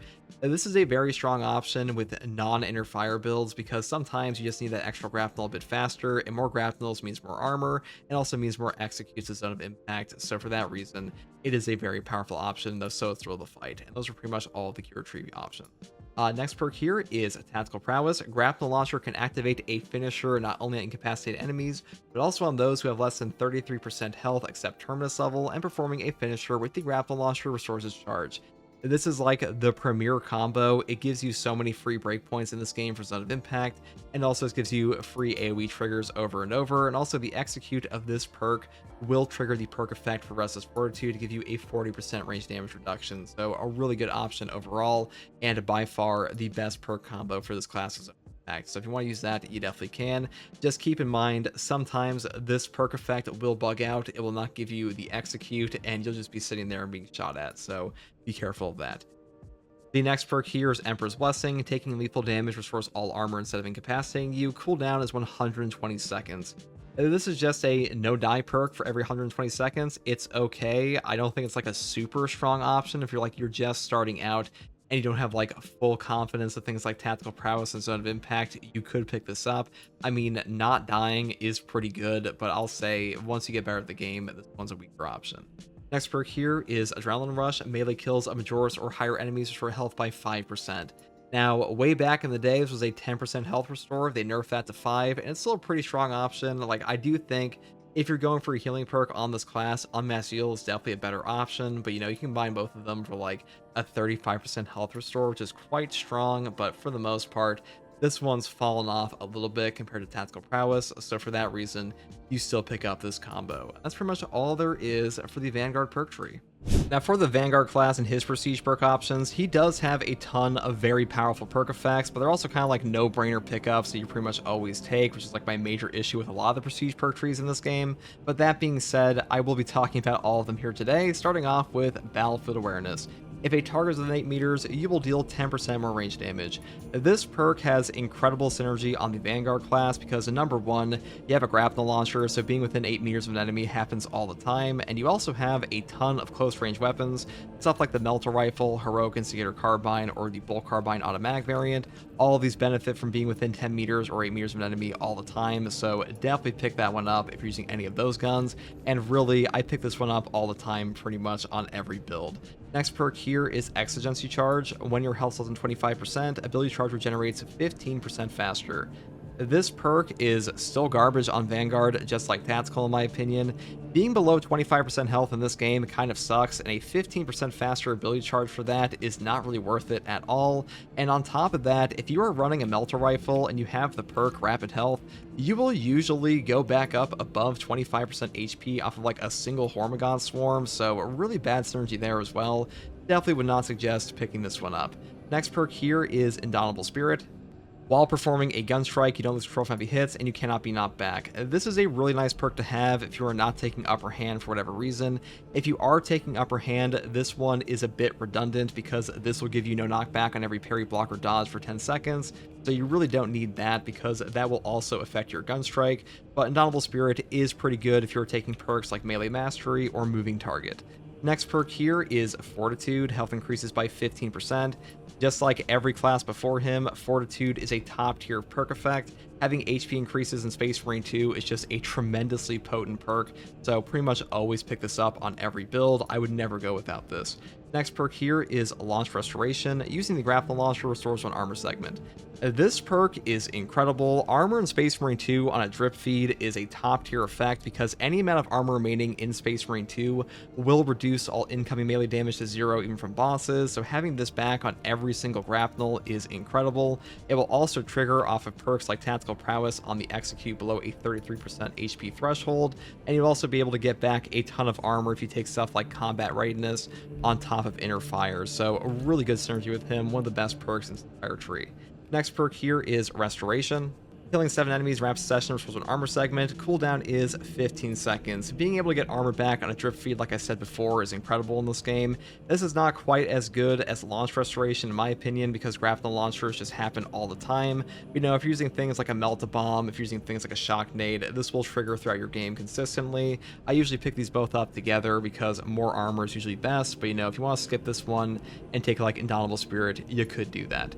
Final perk here is well equipped. Equipment damage increases by 20%. I usually skip over this one because the only real breakpoint you hit on this perk is against enemies like the sorcerers on hard strats.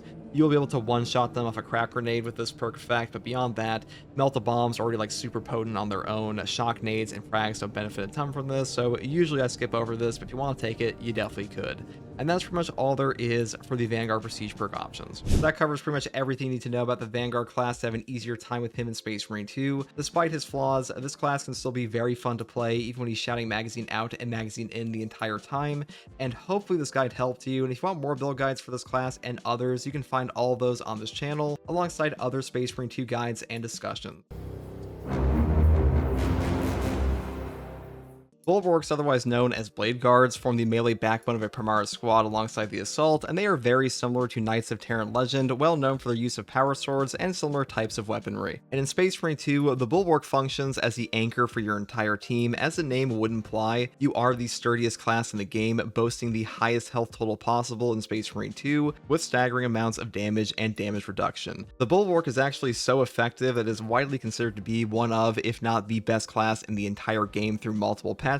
It's also one of the best classes for new and veteran players, since its high health total makes it a great option for beginners to punch up into higher difficulties, while also still having more advanced mechanics like animation canceling and shield bashing, giving you something to work towards long term. Now in this guide, I'll primarily be going over Bulwark specific mechanics, but if you want more guides for stuff like health, armor, and difficulty levels, you can find those in the video description. The greatest strength of the Bulwark class is his access to insane amounts of both armor regeneration and health damage reduction, on top of his ability to grant both of these to your entire team, while not really sacrificing any of his damage to achieve his survivability, as the Bulwark is still capable of putting out top tier damage since he still has some of the most powerful melee perks in the game. The Bulwark starting perk gives him a 30% increased starting HP, which baseline makes this class the tankiest option in the game. This is the crux of making his damage reduction perks like Conviction that much more effective as well, since Space Marine 2 already has a ramping damage reduction below 25% health. When you combine this with your base HP being higher and add in any damage reduction on top, you kind of just become absurdly tanky on this class, as your effective HP becomes that much higher and allows you to survive some of the most brutal stun locks the game has to offer. I do have a full guide on health and armor as well if you're curious to hear more about the ramping damage reduction available for all classes, but I really would suggest taking at least one of Bulwark's flat health damage reduction perks like Conviction or Steel Within, because these perks stack to incredibly high damage reduction values that make your life significantly easier on this class. The next thing I'll be covering here about the Bulwark is his base class ability, the Chapter Banner. This is one of the strongest options for defense and offense in the game currently. Upon placing your banner, it will slowly regenerate armor for both you and your teammates. This may not seem like much initially, but in Space Marine 2, armor will stop all incoming melee damage regardless of how much you have remaining. So even if the banner is only giving you and your teammates a sliver of armor back, you're practically immortal against enemy melee attacks. Your Chapter Banner can also deal damage to enemies with perks like Purity of Purpose, so that grants the banner a damage over time effect similar to a shock grenade. This makes it an amazing tool for both defense and offense, since it really just lets you and your teammates set yourselves up to easily use your full tool sets to either delete bosses or just have an easier time with horde management. The base duration of your Chapter Banner is 20 seconds, which is already pretty long, but this can be further increased with perks like Glorious Shield, and the only real downside of the Chapter Banner is that it has an exceptionally long cooldown of 125 seconds, making it the longest recharge time of any class ability in the game. But luckily for the Bulwark, you can mitigate this with one of his prestige perks that grants him cooldown reduction for every blocked range attack. This brings us to the next portion of the Bulwark class, and arguably his most important function, which is his war gear, the Storm Shield. On the Bulwark class, whenever you hold your parry button, you will raise your shield, which is capable of blocking all standard ranged and melee attacks from the front. This can even stop Tyranid sniper shots and zone throw balls from dealing damage to you, but heavier hits like these will stagger you despite taking no damage unless you have a no knockback perk effect currently active. Your shield will also automatically raise while you're sprinting, so it can also be used to block enemy range fire on the advance. Another unique mechanic of the Storm Shield is your shield bash and rush attack. To perform a shield bash, all you have to do is press a melee attack when you are actively blocking. This will perform a forward facing bash dealing damage to enemies, and to perform a shield rush attack, you simply hold down your melee button instead while you are blocking, and you'll begin to charge up your shield rush attack, and upon releasing your melee button, you will rush forward to the nearest enemy, dealing damage depending on your total charge time. This makes you not only incredibly fast, but it can also stagger any enemy you hit, including enraged enemies that are normally immune to stagger mechanics, on top of blocking every range attack like a normal block during your charge up and forward rush attack. Though be careful, because the auto-targeting of this ability will force you to the nearest enemy, which can also be something like a spore mine that will rob you of your HP or get you outright killed. And this brings us to the most powerful tool of the Storm Shield, which is your animation canceling. Whenever you use your shield to block, you will immediately cancel any action you are currently performing, which allows you to respond to things in melee that other classes simply cannot. This is a huge portion of what makes the Bulwark so damn powerful and what gives it a bit of a learning curve for a lot of players, as properly utilizing your animation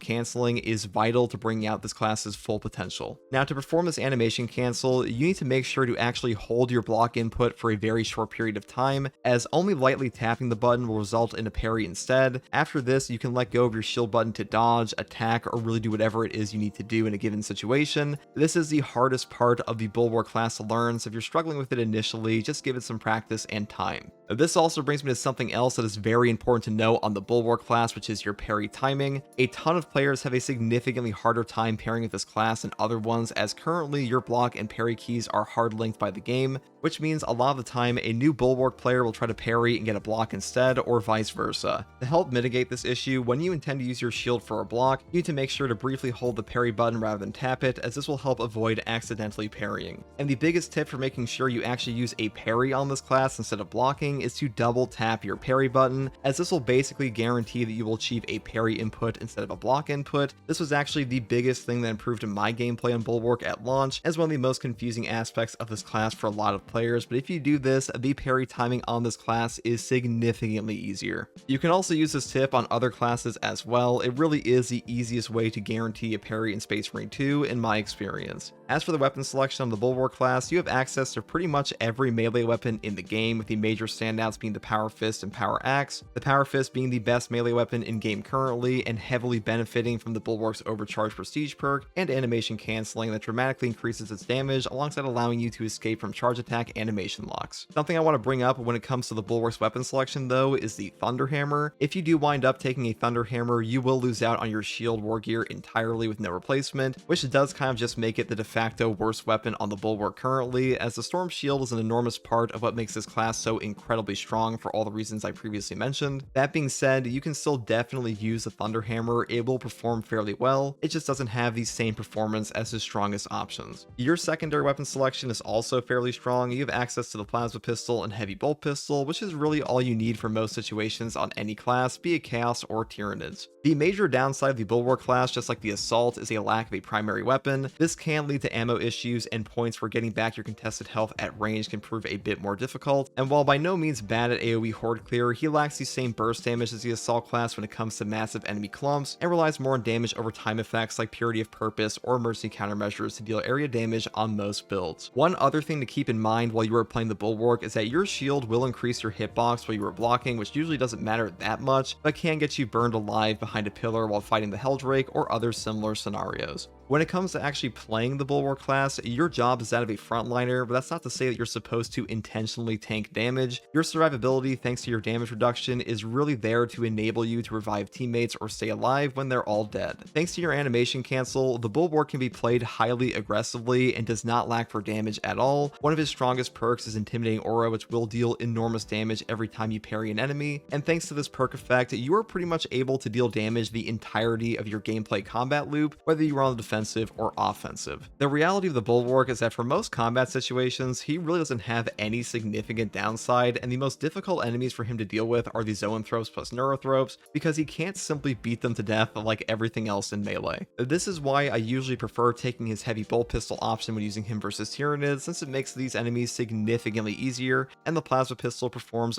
very well thanks to its stagger against chaos. The biggest thing you have to manage when playing this class is your banner cooldown. Like I mentioned before, the chapter banner has an exceptionally long cooldown that only further increases if you take perks like Invigorating Icon for team healing, and a bad placement during a boss fight or massive enemy wave can be the difference between an easy victory or your entire team eating dirt. But if you dedicate the time to Bulwark, there really isn't much that can kill you in most of the game's content, and your teammates will thank you since you'll be able to bail them out of some of the hardest situations the game has to offer. But those are the basic mechanics of the Bulwark class explained. If you want specific build guides for this class, I have a ton on this channel as well that I update between patches regularly, but for now, we're going to be going through the Bulwark's perk tree breakdown to give a bit of an idea of what perks you should take and which ones you should avoid.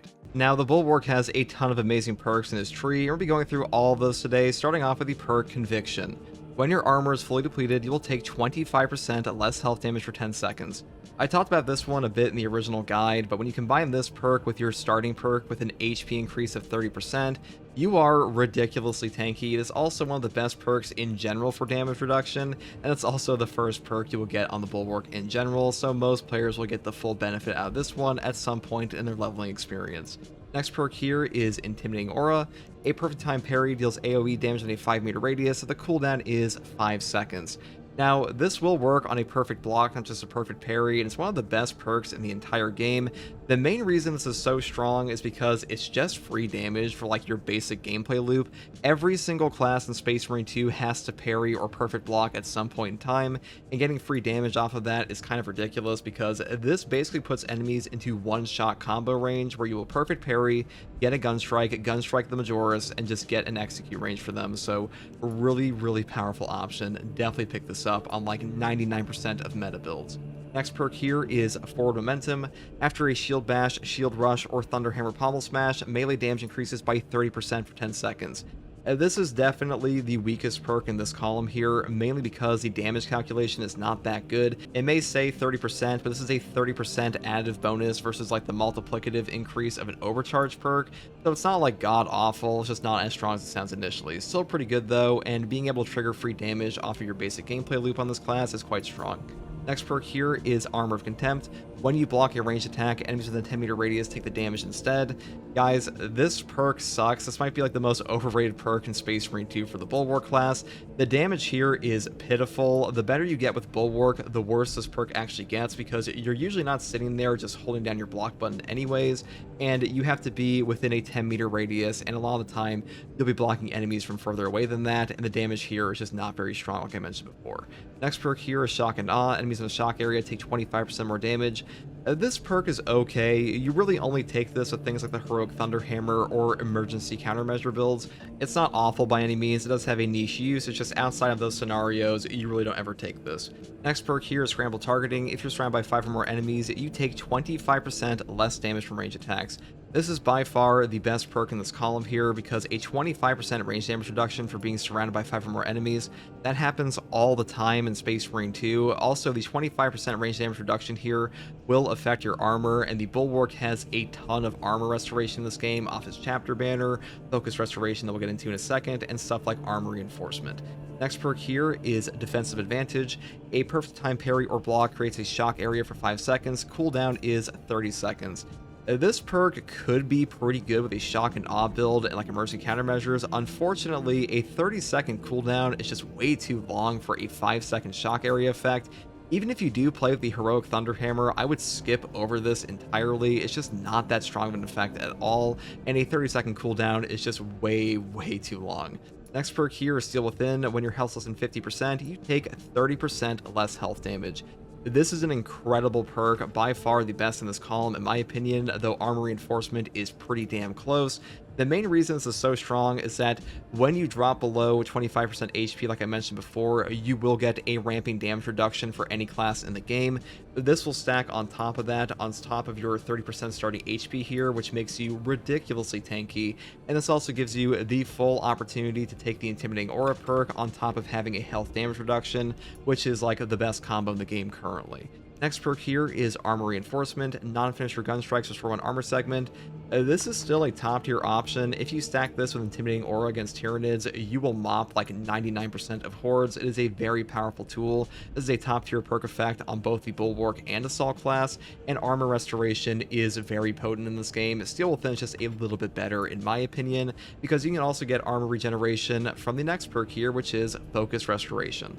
Every 30 seconds, all team members automatically restore one armor segment. This is a deceptively powerful perk in Space Marine 2. Being able to give armor restoration to squishier classes like Tactical is incredible in this game. Like I mentioned before, armor will stop all incoming melee damage no matter what, which is really strong for classes like Tactical that will otherwise get one shot at times. Even classes like Techmarine, where despite having their own armor regen, they do have a very low HP pool, so Bulwark does make up for that partially with Focus Restoration, and it really is a top tier perk effect. Next perk here is Advanced Conditioning. Contested health fades 50% more slowly for all team members.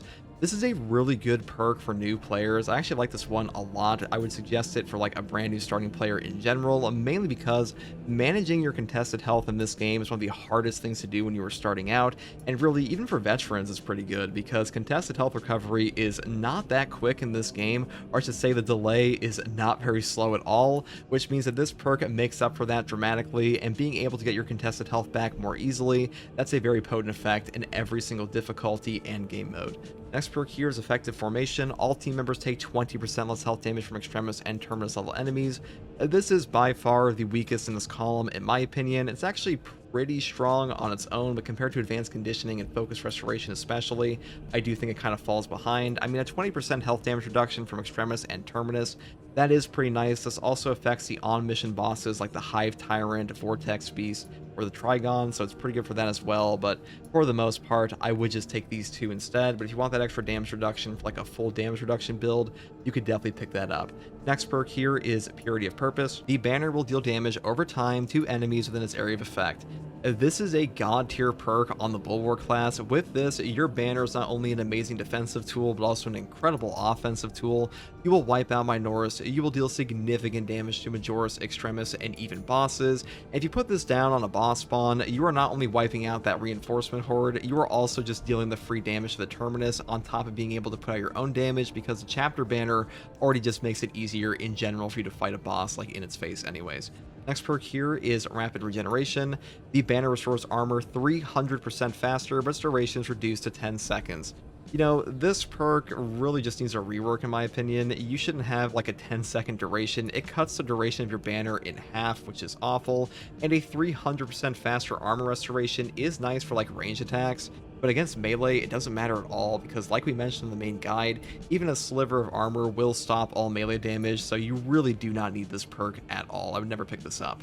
Next perk here I would also never pick up, which is Focus Strength. Shield Bash knocks enemies back and makes them lose control for a longer period of time. I mean, you're not really using your Shield Bash to knock enemies around anyways, and you're giving up not only, you know, the perk up here, Rapid Regeneration even, which is a little bit better in my opinion than this one is, but you're also giving up the god tier perk, which is Purity of Purpose. So I would generally stick with this one for, you know, a meta build, but obviously you can play whatever you want. Next perk here is Concussive Force. Shield Bash, it deals 200% more damage. Shield Rush deals 100% more damage. Thunder Hammer Pommel Smash deals 100% more damage, and it deals an AoE damage within a 7-meter radius. The cooldown is 5 seconds. Yeah, that one's kind of like word salad here, but the big thing is that Shield Bash does 200% more damage, Shield Rush does 100% more damage, and this turns your Shield Bash into like one of the highest DPS things in the entire game, because on the Bulwark class, like I mentioned the animation cancel in the original guide, you can animation cancel your active Shield Bash into another Shield Bash over and over by blocking, which is a very powerful effect, and that allows you to put out this 200% damage increase on top of whatever else you have. very quickly. So one of the best perks for DPS, maybe not the easiest to use though.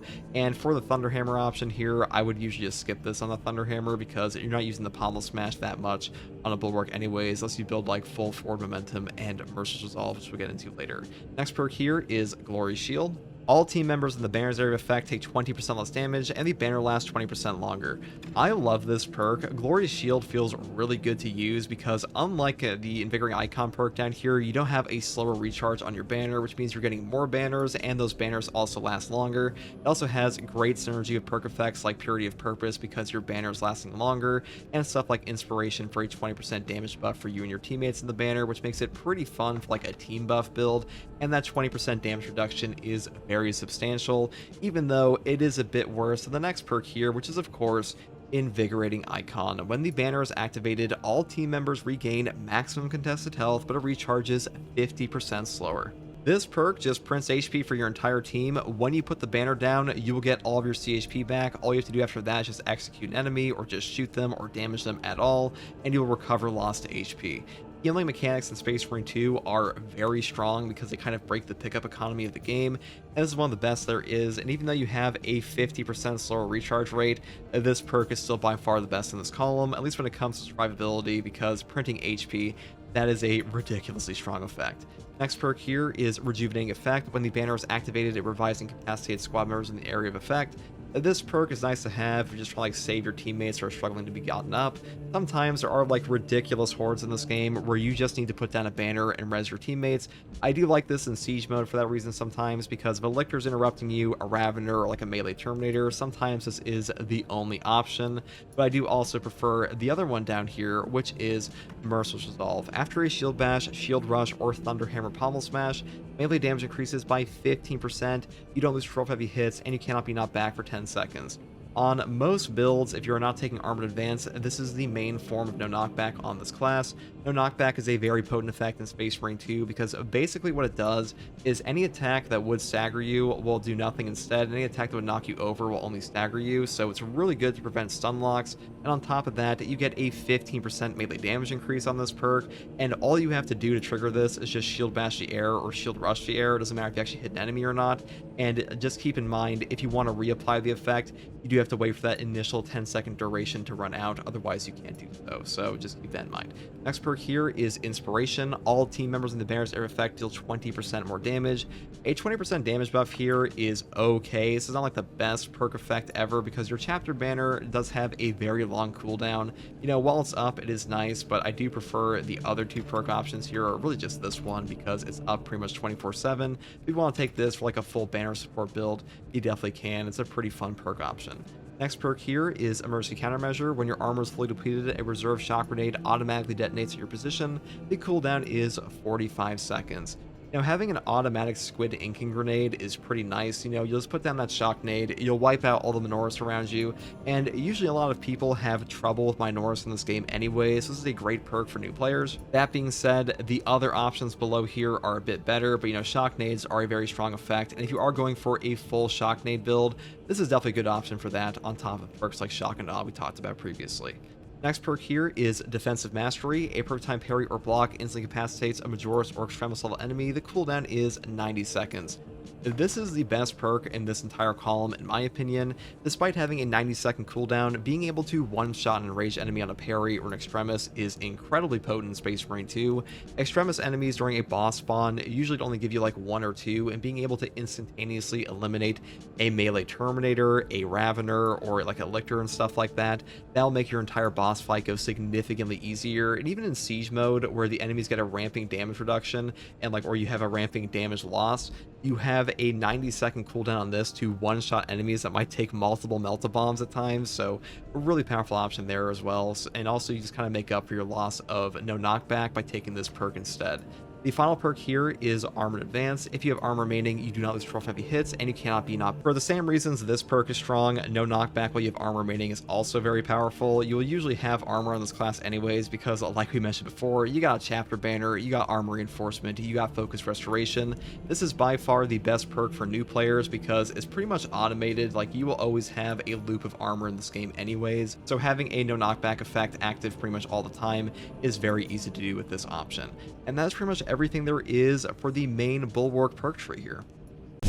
Now, for the Prestige perk tree on the Bulwark class, the Bulwark is some of the best Prestige perk options in the entire game, in my opinion, starting off with the perk Auxiliary Reload. Melee kills of extremis or higher enemies restores secondary weapons ammo by 1 magazine. This is one of the only secondary weapon ammo restore options in the entire game outside of perks like Adamant Restoration on the Inferno pistol. I would mainly pick this up on a plasma gun because plasma will have a percentage restore because the plasma pistol doesn't actually have a magazine capacity of any kind on its own. But if you're using something like a heavy bolt pistol, you will only get back the base magazine capacity, so just keep that in mind. I do think the restoration here is better on plasma, and obviously this perk will scale up into difficulties like Siege Mode where there are more extremists, or hard strats and absolute operations. Next perk here is Resilience. Medicae Sims restore 40% more health. I do think this perk is pretty underrated, maybe not as strong as it is on Tactical because Bulwark does have other healing options like Invigorating Icon, but if I am skipping over this perk for like Glory Shield or something, having a better stim economy does help out quite a bit, and healing above half HP off a single stim, it feels pretty good in Space Marine 2, so if you want to pick this up, you definitely can. Next perk here is Overcharge. Held in charge attack damage increases by 20%. This is one of the best melee attack perks in the entire game. It is a 20% multiplicative melee damage increase to the heaviest hitting attacks in Space Marine 2. This will affect your power backstep on a power axe, your bash on a chainsword or stomp, your power rake on the power sword. Really powerful perk. I pretty much pick this up on any build because there really is not a single melee weapon in Space Marine 2 that will not benefit from Overcharge tremendously, so definitely grab this one. Next perk here is Powerful Shot. Range damage increases by 20%. A 20% range damage increase is a pretty boring perk effect, but it's also a very strong perk effect, so if you want to incorporate this one as well, you really can't go wrong with like a flat damage increase like this. And the next perk here is God Tier with Masterful Defense. Ability charge restored by 1% for every blocked range attack. This perk generates so much value for you on this class. You will pretty much get an entire banner back off of a minigun Terminator shooting into your shield with this, but even if you only get back like 10% CDR from this perk, that is still tremendously valuable for you because CDR effects are usually some of the strongest in any horde shooter, especially if your chapter banner is as powerful as it is in this game, because an ability like this will just generate value on its own with stuff like Purity of Purpose, and getting it back even like 20% faster. That is just such a strong effect that you really should pretty much always pick this up on a shield build. Now I will mention this will not work at all if you're taking the Thunder Hammer, so if you're not using a shield option, skip over it, but if you are, pretty much always take it. Now the next perk here is Standard Bearer. When Chapter Banner activates, you become invulnerable to damage for 2 seconds. This perk is actually pretty good in my opinion, especially if you're using like a Thunder Hammer or something, because the 2 seconds of invulnerability will give you the opportunity to use an Aftershock and stuff like that, mainly because invulnerability in Space Marine 2 functions as the ultimate form of no knockback. Any attack in this game will do 0 damage to you on top of not staggering you at all, so really good for that, and I do like picking it up on some of the Thunder Hammer builds for that reason. The final perk here is Emboldened Stand. When the chapter banner is active, all team members do not lose 12 heavy hits and cannot be knocked back within the zone. I don't think this perk is very good at all, mainly because the chapter banner really makes you kind of immortal already half the time, because any amount of armor remaining in Space Marine 2, like I mentioned before, will reduce all incoming melee damage to 0 even from bosses. So if you're surrounded by melee guys and you're just getting like a tiny drip feed of armor back from your banner, this perk is really not that necessary, and most classes already have a no knockback effect on top of the fact that the chapter banner is just not up long enough or often enough for this to really come into play that often, so I would just kind of skip over this one for better options. I think the current best setup is like Overcharge, Powerful Shot, Masterful Defense, and then a mix of Resilience and Auxiliary Reload. And if you're using something like a Thunder Hammer, I'd probably take like Resilience, Overcharge, Powerful Shot, and Standard Bearer. And that's pretty much all there is for this tree here. And that is pretty much everything there is for the Bulwark class in Space Marine 2. This class is a very popular choice because he is the quintessential hold the line support archetype in this game, and that is among the most entertaining playstyles for a lot of players in any horde shooter, so it's not a surprise the Bulwark is a Space Marine 2 fan favorite.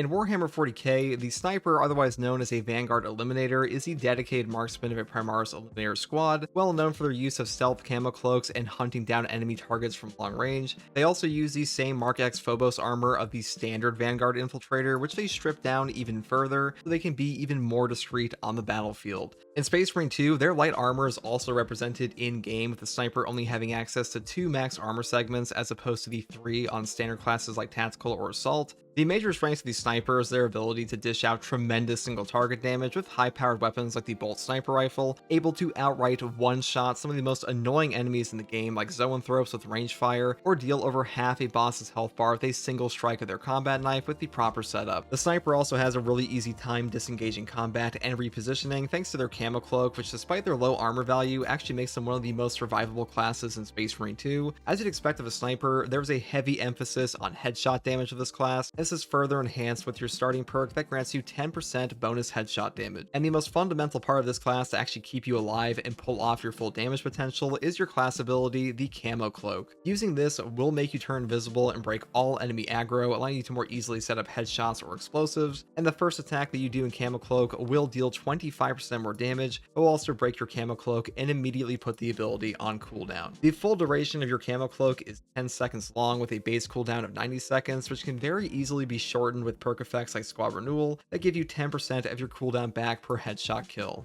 In fact, the Camo Cloak is one of the easiest abilities in the game that puts you on a near infinite loop in some circumstances, since you can activate the cloak and immediately exit with a melee or ranged attack, all while benefiting from the aggro disengagement or even brief periods of lingering cloak and invulnerability with perks like Emperor's Grace and lingering concealment. This was actually such a powerful tool, they did nerf the ability to instantly cancel your cloak after a single melee attack, and the way it works now is that the first 3 times you use your Camo Cloak and instantly break with a melee attack, it will cost you no extra energy, but the 4th time will cost you 5% energy immediately on use, and it gets a little higher every subsequent use. However, this extra Camo Cloak tax will reset after 10 seconds of not using your cloak, and for general gameplay as a sniper for most players, this will never be an issue and is really only there for players who are looking to min-max cheese their operation. The Camo Cloak is still one of the most useful abilities in Space Marine 2 for survival, since with the proper perk combo like Emperor's Grace and Purification, one use of your Camo Cloak can give you back your entire contested health bar, remove every negative sass effect, and simultaneously make you invulnerable to all damage and knockback for 2 seconds. Just keep in mind that when you are cloaked, you can still take damage, and even though enemies won't directly target you, they might target your teammates or put down area hazards that can still be a huge problem. This does bring me to the weapon selection of the sniper class, which to no surprise has a huge emphasis on sniper rifles, with unique weaponry like the Last Fusel and Bolt Sniper. Now, despite being a sniper, you also have access to close range primary weapons like the Instigator and Standard Bolt Carbine, which can actually make you an incredibly dominant force in melee range, and you also have access to most of the secondary weapons in Space Marine 2,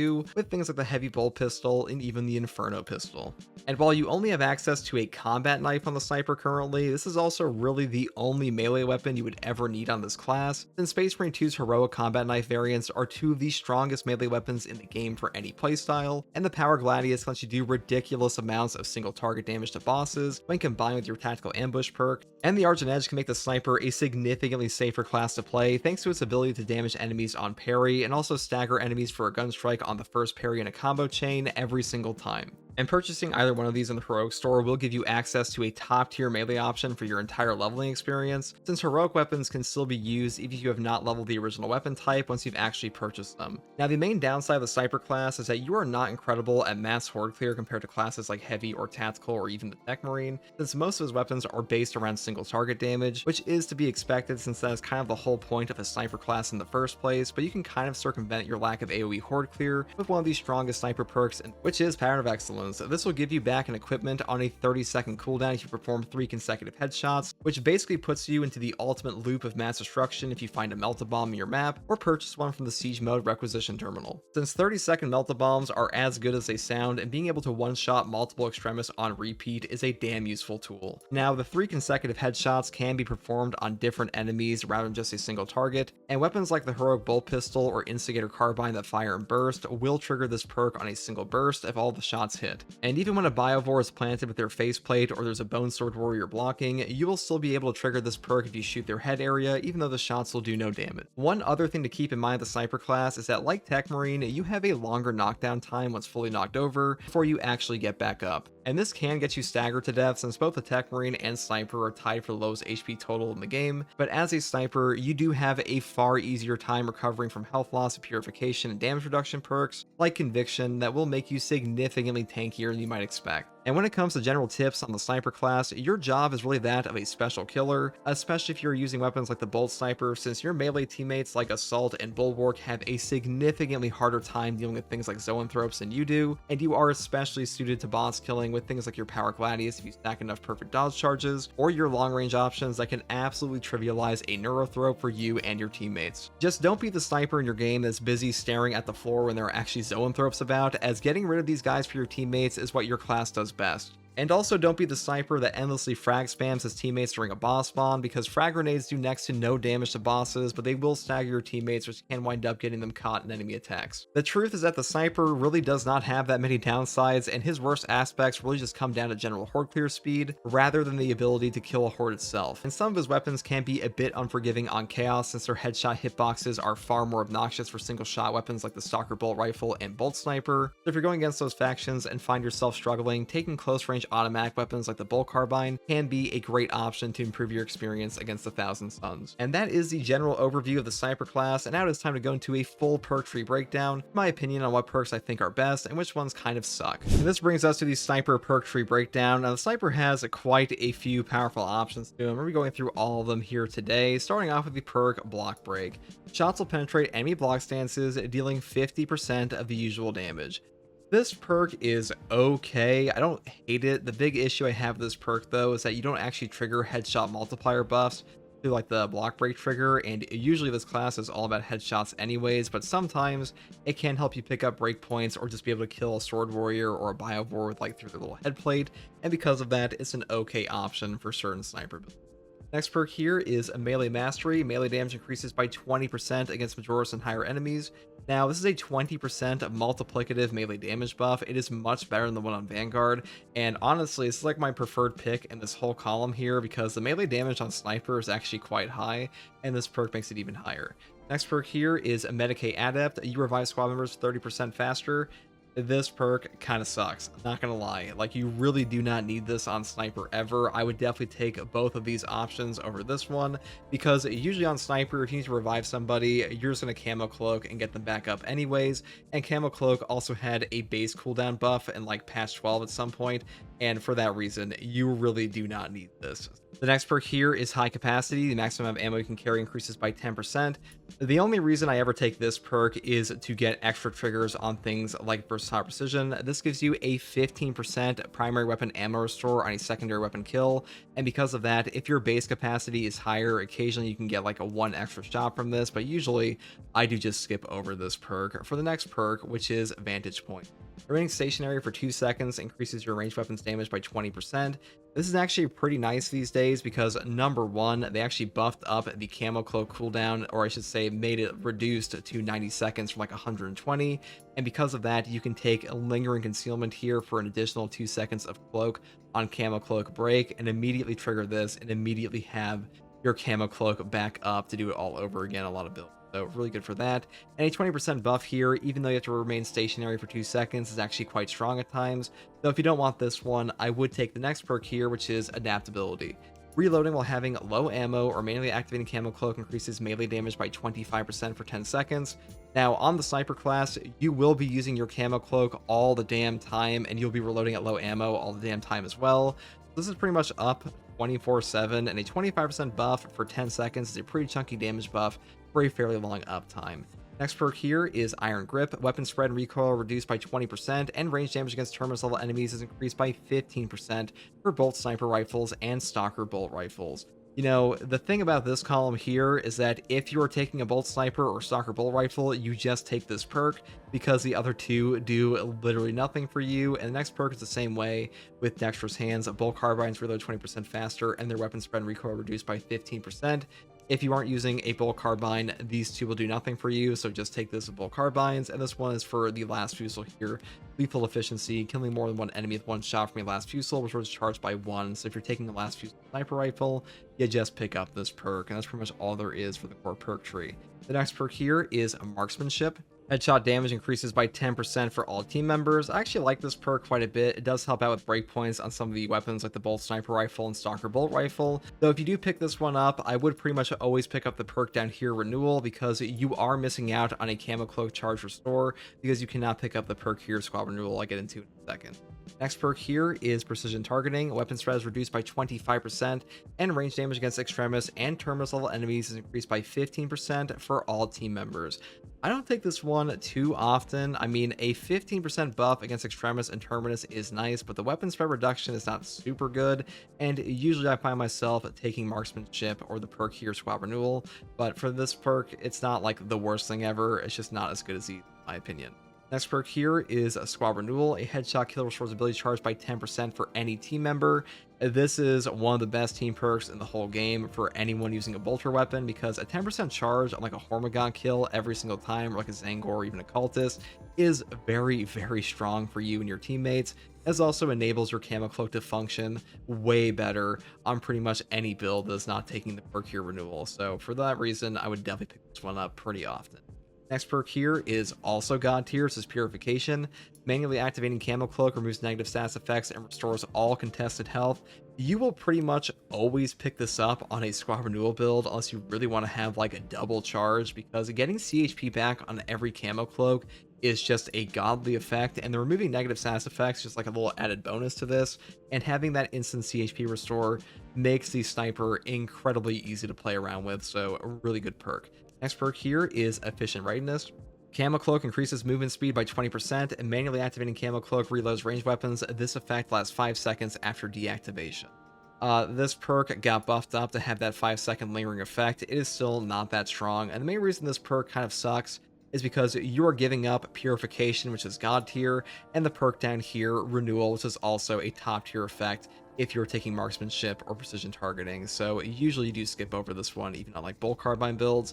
And the next perk here, Renewal, a headshot kill restores Camo Cloak charge by 15%. It's just a better version of a Squad Renewal. It just only works for yourself. So this is also a top tier effect. Next perk here is Guardian Protocol. After you revive a squad member, your Camo Cloak hides you and the squad member for 5 seconds without spending a charge. This perk sucks. Never pick this one up. It's pretty self-explanatory. A 5-second Camo Cloak on like a revive barely happens in your game, and usually you don't have to hide after reviving somebody because you're already hidden on your Camo Cloak, so I would definitely skip over. Next perk here is the first range attack that breaks Camo Cloak, deals 75% more damage with targeted shot. This is a god tier perk for a lot of the ranged weapon builds, and also has a lingering effect that allows you to take full advantage of this damage buff with perk effects, or excuse me, weapon effects like the heroic heavy bolt rifle, or excuse me, not the heavy bolt rifle, the heroic instigator bolt carbine that has a 5-round burst. You will actually get the full damage of that 75% range damage buff on this weapon here, so really good for that. And the next perk down here is Tactical Ambush. The first melee attack that breaks Camo Cloak deals 150% more damage, and this perk with weapons like the Power Gladius that can give you upwards of a 360% damage buff takes your damage on a melee hit to the moon, and you can damn near like chunk over 75% of the HP on a boss, or one-shot them with an Auspex skin. So really good option and one of the best in the game.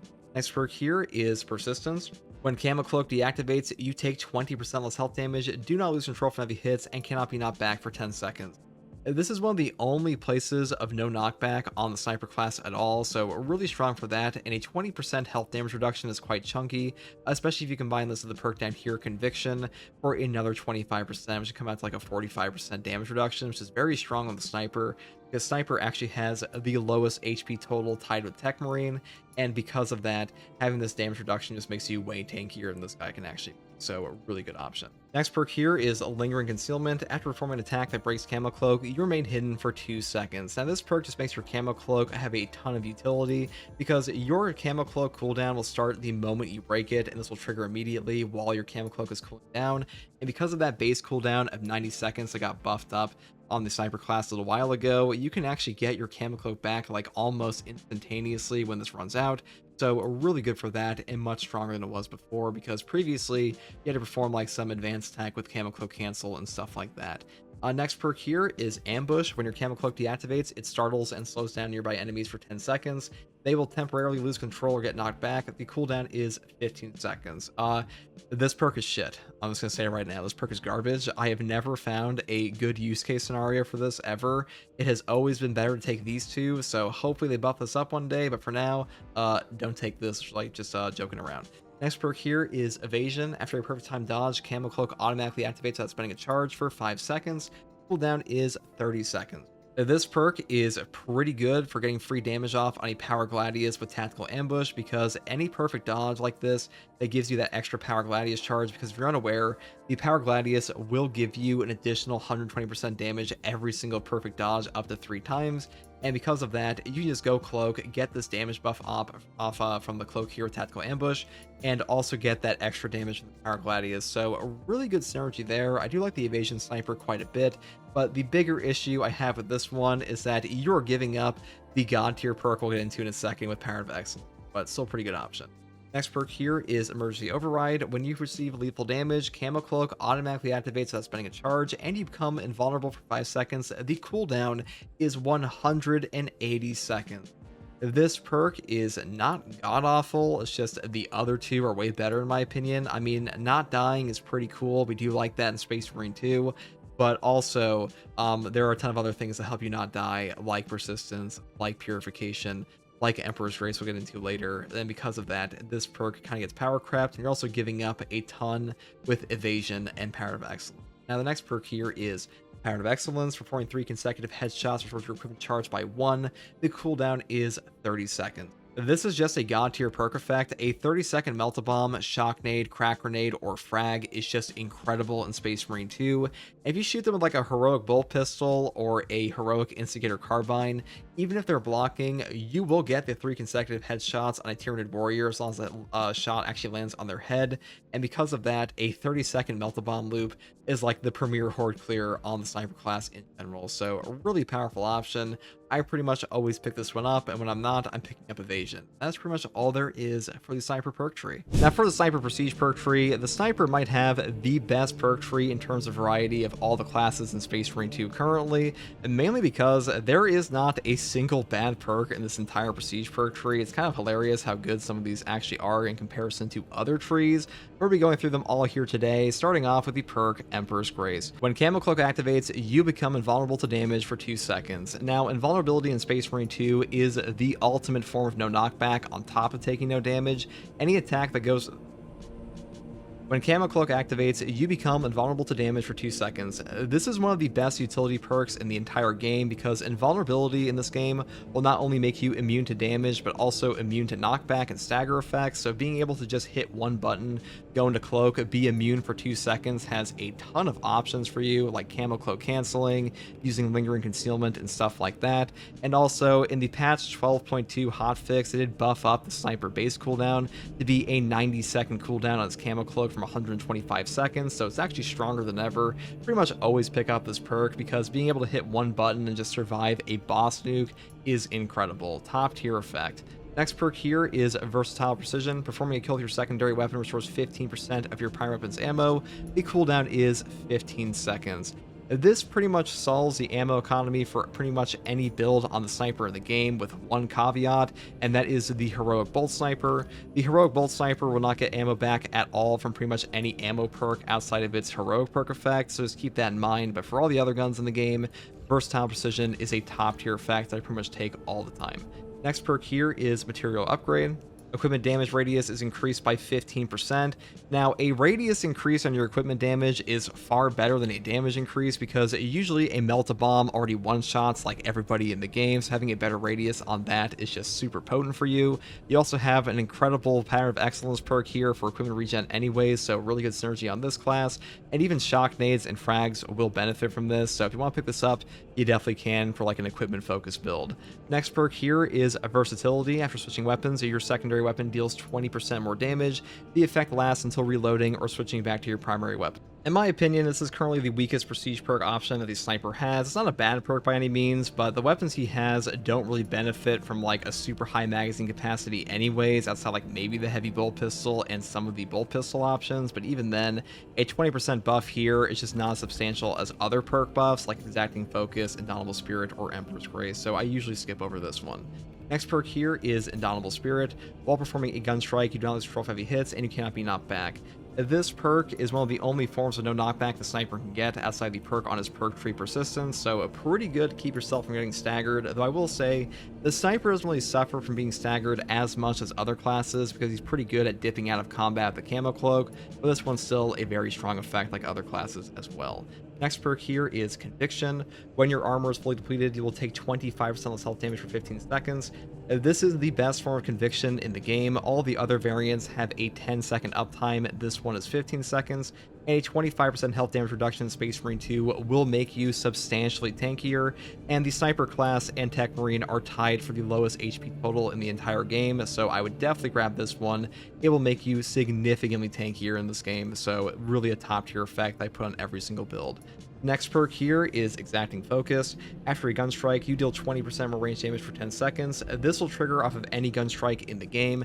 Doesn't matter if it's from like a Majoris, Extremis, or anything like that, or even just like a Minoris Hormigaunt. You will just get a 20% buff for 10 seconds. That's a very substantial range damage increase, so I do put this on a lot of builds. And it's also much easier to pull off these days as well, thanks to the perk effect on Argent Edge that will stagger any enemy on the first parry no matter what for a gun strike. So really good synergy there as well. And that's pretty much all there is for prestige perk tree on the sniper class. And that is pretty much everything for the sniper class in Space Marine 2. This class was underrated for a very long time, but there is very little this class cannot do, and even the areas he does struggle in, like horde clear, he has options to somewhat mitigate for himself, or your teammates will simply fill that niche for you.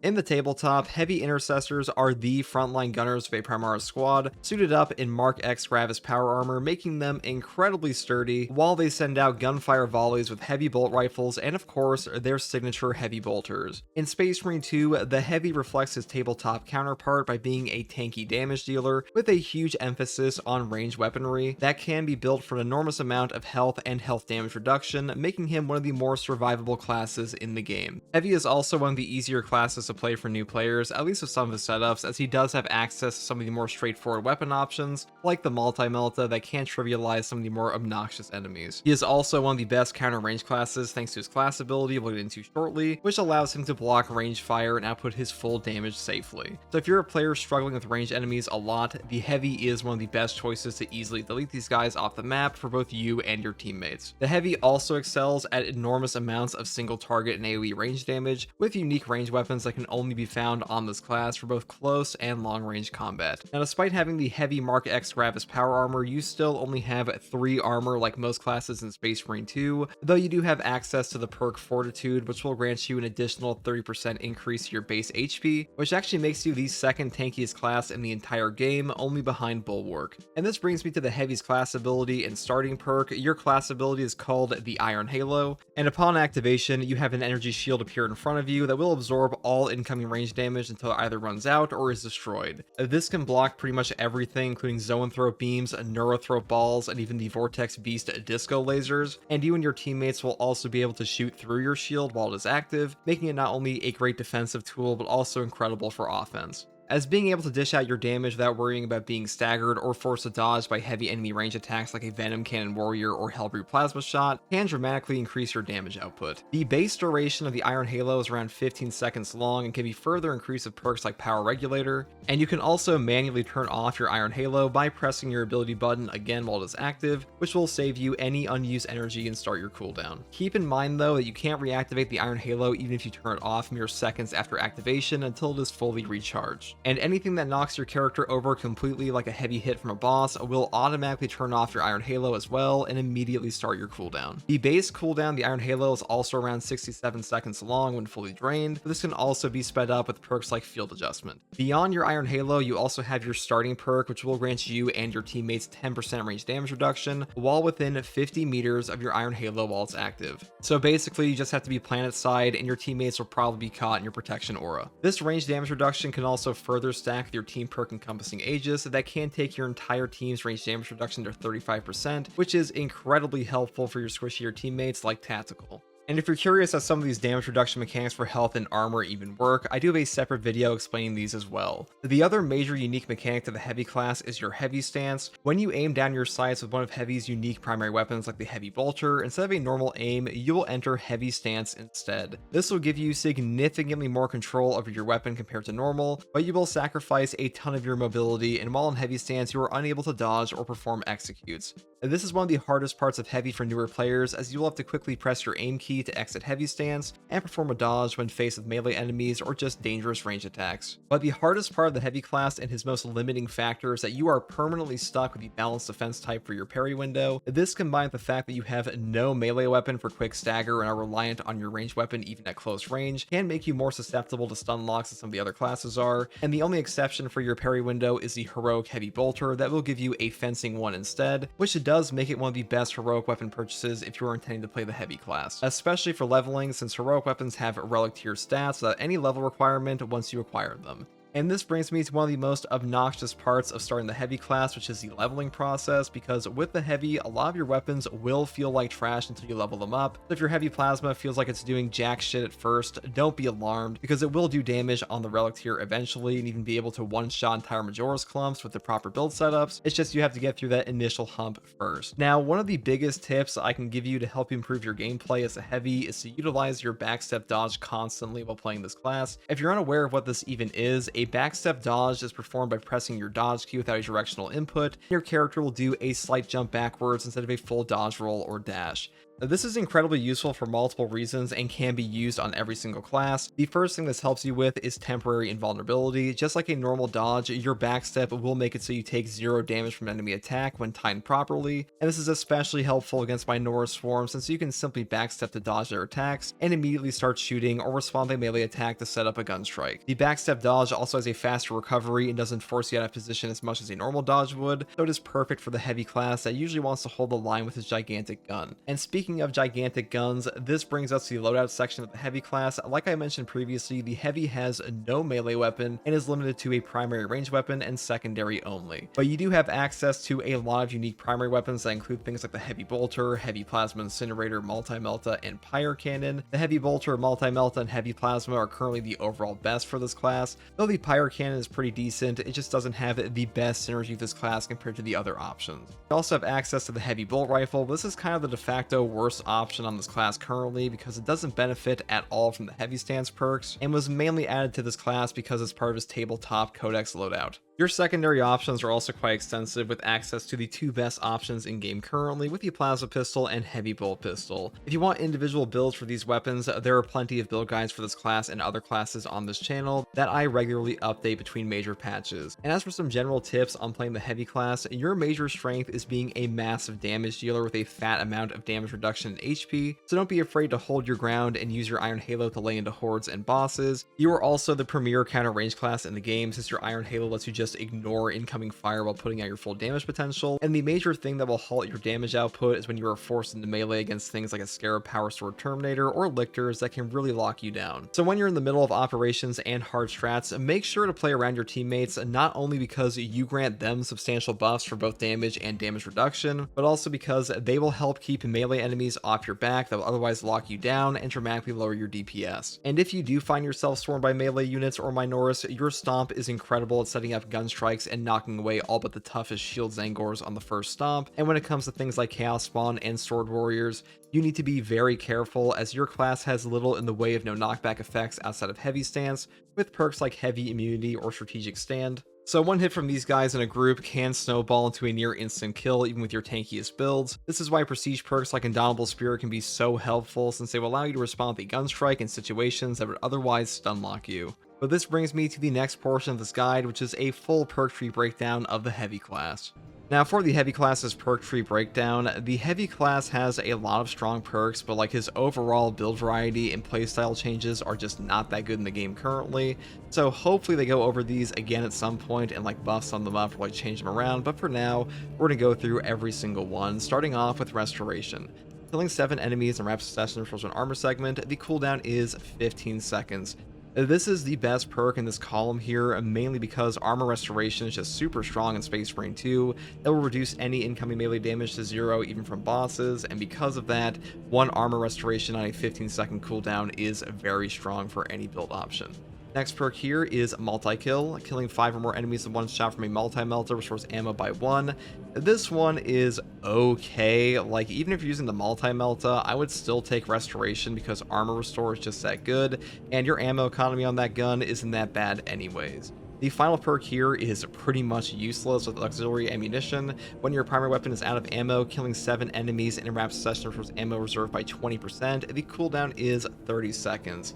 Now, like, on face value, this one doesn't look too bad, but when you realize that usually your primary weapon isn't completely out of ammo in this game anyways, because a lot of the ammo restoration on this class is drip fed to you, so being completely empty, that really doesn't happen that often. So this perk is pretty much always skipped. Hopefully they rework this one day, but for now, I would not take this. Next perk here is Thermal Boost. When a ranged weapon is 50% overheated or you have less than 50% ammo in magazine, range damage increases by 15%. This perk is not too bad if you're going for a max damage build. They did buff it up way back when to function on 50% ammo and magazine, but for the most part, I would skip over this for other options in this column, especially the next one here with Fortitude. Health increases by 30%. This is one of the best heavy perks in the entire game. A health increase of 30% makes you baseline as tanky as a Bulwark class is.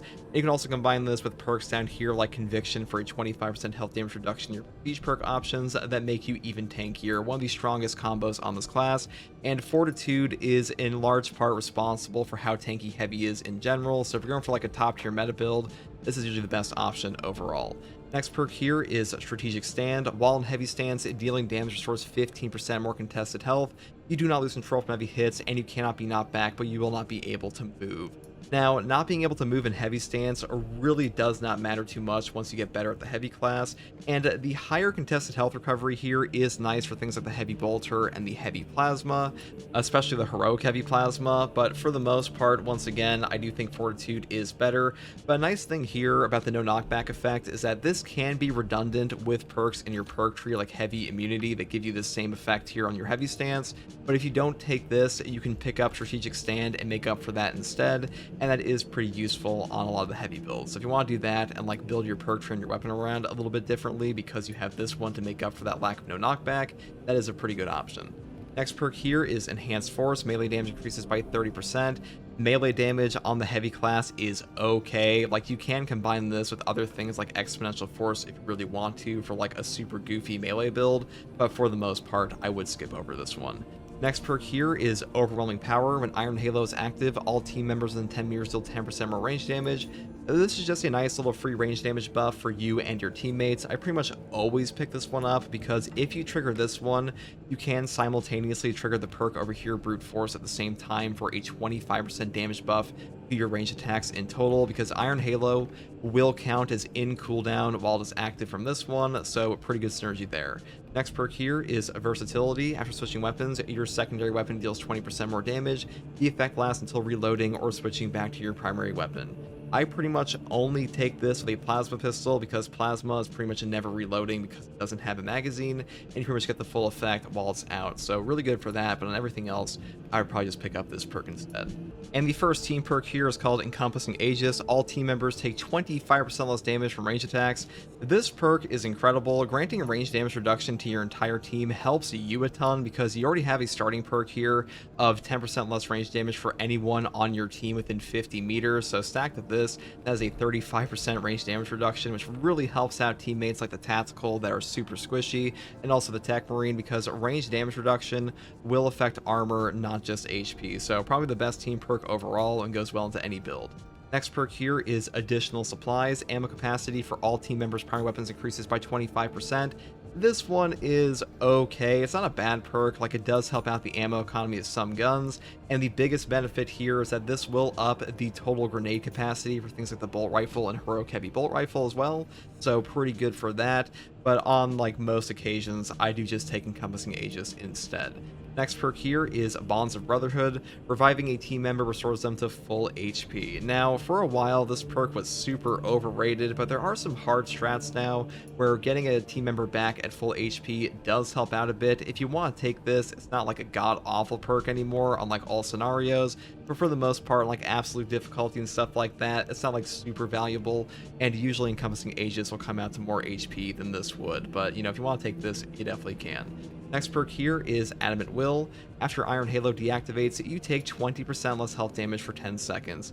A 20% health damage reduction on Iron Halo deactivation is quite strong because this will come out to like a 45% health damage reduction with Conviction, so pretty good for that. Though I will say, for the most part, I do take the next perk here, Consecutive Execution, instead, because this one says killing 7 enemies in rapid succession restores your equipment charge by 1. The cooldown is 90 seconds. A 90-second Melt-A-Bomb, Shock Nade, Crack Grenade, Frag even, these can solve encounters all on their own at times, so having any type of equipment restoration like that is super powerful for every build, though I will say Adamant Will is still quite strong. Next perk here is Emperor's Protection. When Iron Halo expends all its energy, 1 armor segment is restored for all team members.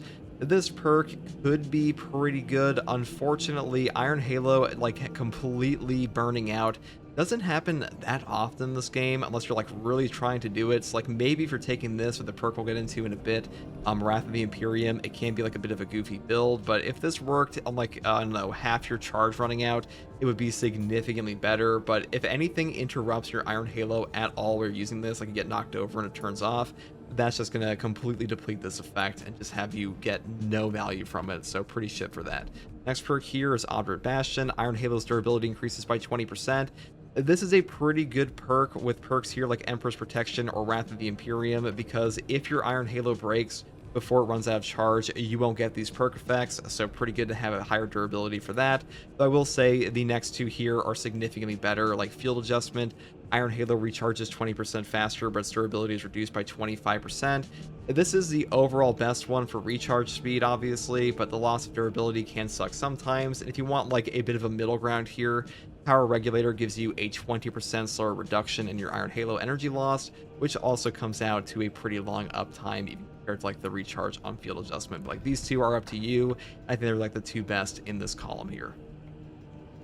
Next perk here is Saving Grace. Reviving a squad member fully restores Iron Halo's charge in all armor segments. This perk kind of sucks. Revive perks in Space Marine 2 are not that strong, and Bonds of Brotherhood is definitely a better one than this one is. And also, this column has some pretty strong perk effects, like the next one, Brute Force. When Iron Halo is in cooldown, range damage increases by 15%. This is pretty much just a free range damage buff because you will be using your Iron Halo all the time on the heavies, so pretty much always pick this up unless you take the next one down here, which is Wrath of the Imperium. When Iron Halo expends all of its energy, enemies in a 10-meter radius take significant damage. This perk is kind of underrated. I have used this on quite a few builds. You can one-shot whole Majora's Hordes with this. It's just kind of clunky to use because just like Emperor's Protection, if anything knocks you out of your Iron Halo or your Iron Halo gets destroyed, you will lose this effect entirely, which it does suck, but when it works pretty well. Unfortunately, it is a little gimmicky, but if you want to pick this one up, it's not that awful. Next perk here for the signature tree is Offensive Capability. When active, Iron Halo deals damage over time to all enemies within 5 meters. This one is incredible. It will instant kill cultists, it will wipe out Bramble and Spore Mines, it will also just pick you up free executes and do free boss damage. You know, damage in Space Marine 2 is damage, and Iron Halo at point blank actually happens quite often, so pretty good for that. I do think it's currently the best signature perk in all these trees here. Next perk here is Coolant Reserve. This one is hilariously bad. If both of your squad members are incapacitated, defeated, or grabbed, your primary weapon will not overheat and you deal 15% more damage. Whoop-de-fucking-do. Like, I guess if you're the last guy alive, this is useful for a little bit, but the effect here is just not that strong, and a 15% buff for such a strict requirement is just not worth it. You pretty much never pick this one up. The final perk here is Conversion Field. When Iron Halo is active, all team members within 20 meters regenerate ability charge by 50% faster, or excuse me, they regenerate your ability charge 50% faster This is a pretty good perk. It will go through walls, obviously, so like in siege mode, if you're sticking around each other, having a faster ability charge on like banners and tactical aspects is pretty nice. Though personally, for operations and hard strats, I do just take offensive capability instead, and that is pretty much everything there is for the heavy perk tree. Now for the heavy prestige perk tree, he does have 3 really good options, 1 really bad option in my opinion, and 3 mediocre ones. Now the first one we'll talk about here is reverberating impact. Stomp AoE radius increases by 50%. I do usually incorporate this one as my 4th option on most builds, mainly because a bigger stomp AoE helps out with things like Bramble, Spore Mines, Cultists, and stuff like that. It will one-shot all of them, just knock them back from you, which is pretty useful, though for the most part, the stomp on heavy is just like a Minora's clearing tool, which isn't bad, but like a 50% radius increase doesn't always help out tremendously with that anyways, but I do pick this one up pretty often because some of the other options are not that strong. Next perk here is Auxiliary Reload. Melee kills of Extremis or higher enemies destroy pyromancer's ammo by 1 magazine. This perk is incredible on the heavy class. I pick this up on pretty much every build. Obviously, this perk will scale higher into difficulties like Absolute, Hard Stratagems, and Hard Siege because there are just way more Extremis there. But being able to solve your ammo economy or get like 200 shots back on a heavy bolter will save your life at times, so definitely grab this one. Though I will say, if you're taking a heavy bolt rifle, it's a pretty trash perk because these are all percentage based on things like the heavy plasma, heavy bolter, multi-melta, and pyro cannon because they don't actually have like a proper magazine, but the heavy bolt rifle does, so you only get back like 45 to like 60 shots. So it definitely worse on this one, but still a perk worth taking in my opinion. Now, for the next perk, I do take Conviction on pretty much every build once again. This one says when your armor is fully depleted, you will take 25% less health damage for 10 seconds. 25% health damage reduction in Space Marine 2 will save your life. Now, if you combine this perk with the perk in his tree, Fortitude, for a health increase of 30% in base, you become incredibly tanky on this class. So tanky, in fact, that you are as tanky as like a base Bulwark with Conviction because he also has a 30% starting HP increase and the same perk effect. So a really strong option for heavy that I do incorporate on a ton of builds. And the next perk here is Exponential Force. Melee damage increases by 100%. I think this perk is pretty shit, and melee damage increase on heavy really does not matter that much. The stomp is pretty trash in this game. There was a time on the PTS for patch 7 that you were able to use like a full melee damage build that would do a ton of damage on this guy.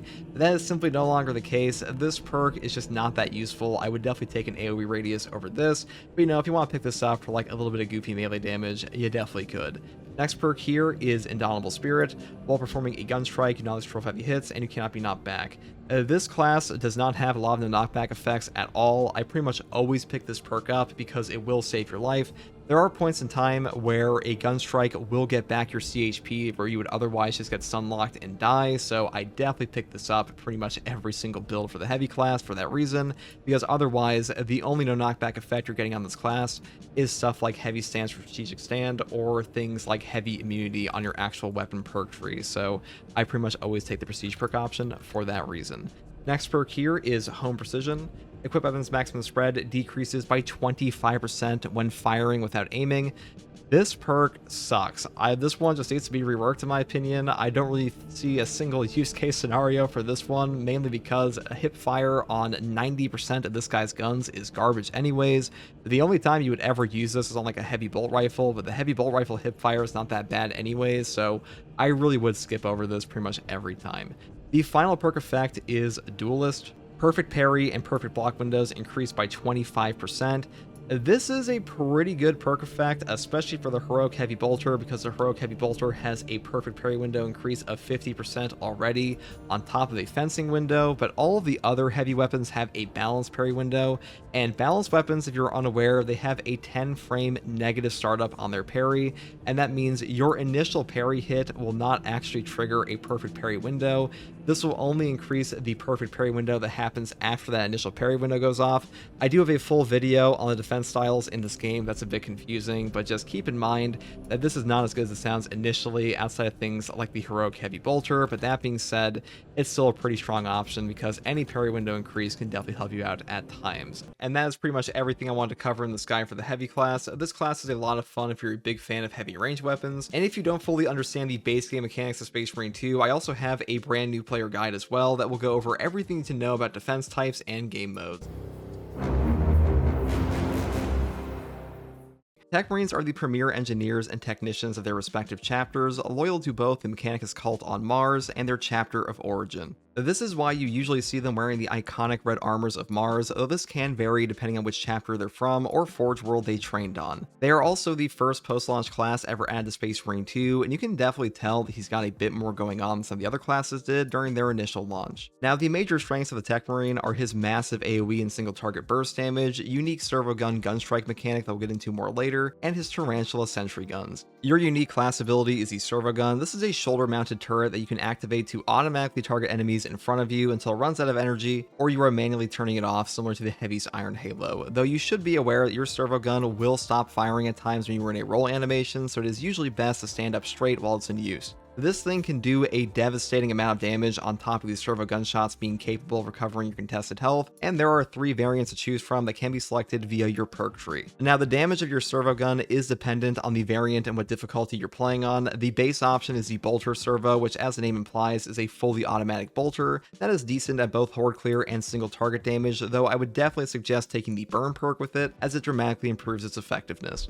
The second option is the precision enhancement servo. This is your go-to sniper variant that has tremendous single target damage against Majoris enemies and above, but is practically useless for horde clear. Your shots on the precision enhancement version actually count as what is called heavy bullet damage, which does increase damage to both neurothropes and zoanthropes. This means you can actually one-shot a zoanthrope with this configuration, or do around 80% of a neurothrope's health bar on the highest difficulty. This is my preferred setup for the servo gun, especially when combined with the signature perk Lethal Perimeter, since it gives you a 50% reduced energy cost per shot, and it also lets you manually target a zone that your servo gun will target, which synergizes perfectly with this variant. The final servo gun option is the Plasma Enhancement. This is pretty much the opposite of the Precision Enhancement, where you'll get a slower moving plasma shot, which will deal AoE damage on impact for mass horde control. This variant was pretty much made to synergize the signature burn perk, as the splash damage of your plasma will apply the burn effect, and this is where most of your damage will actually come from on this version. Without the burn, plasma has pretty pitiful damage against Majoris enemies and above, so I would really suggest taking it with Amisaya's Fury pretty much always. The only major downside of this variant is that your plasma shots are not remotely as fast as a bolter or precision shot round,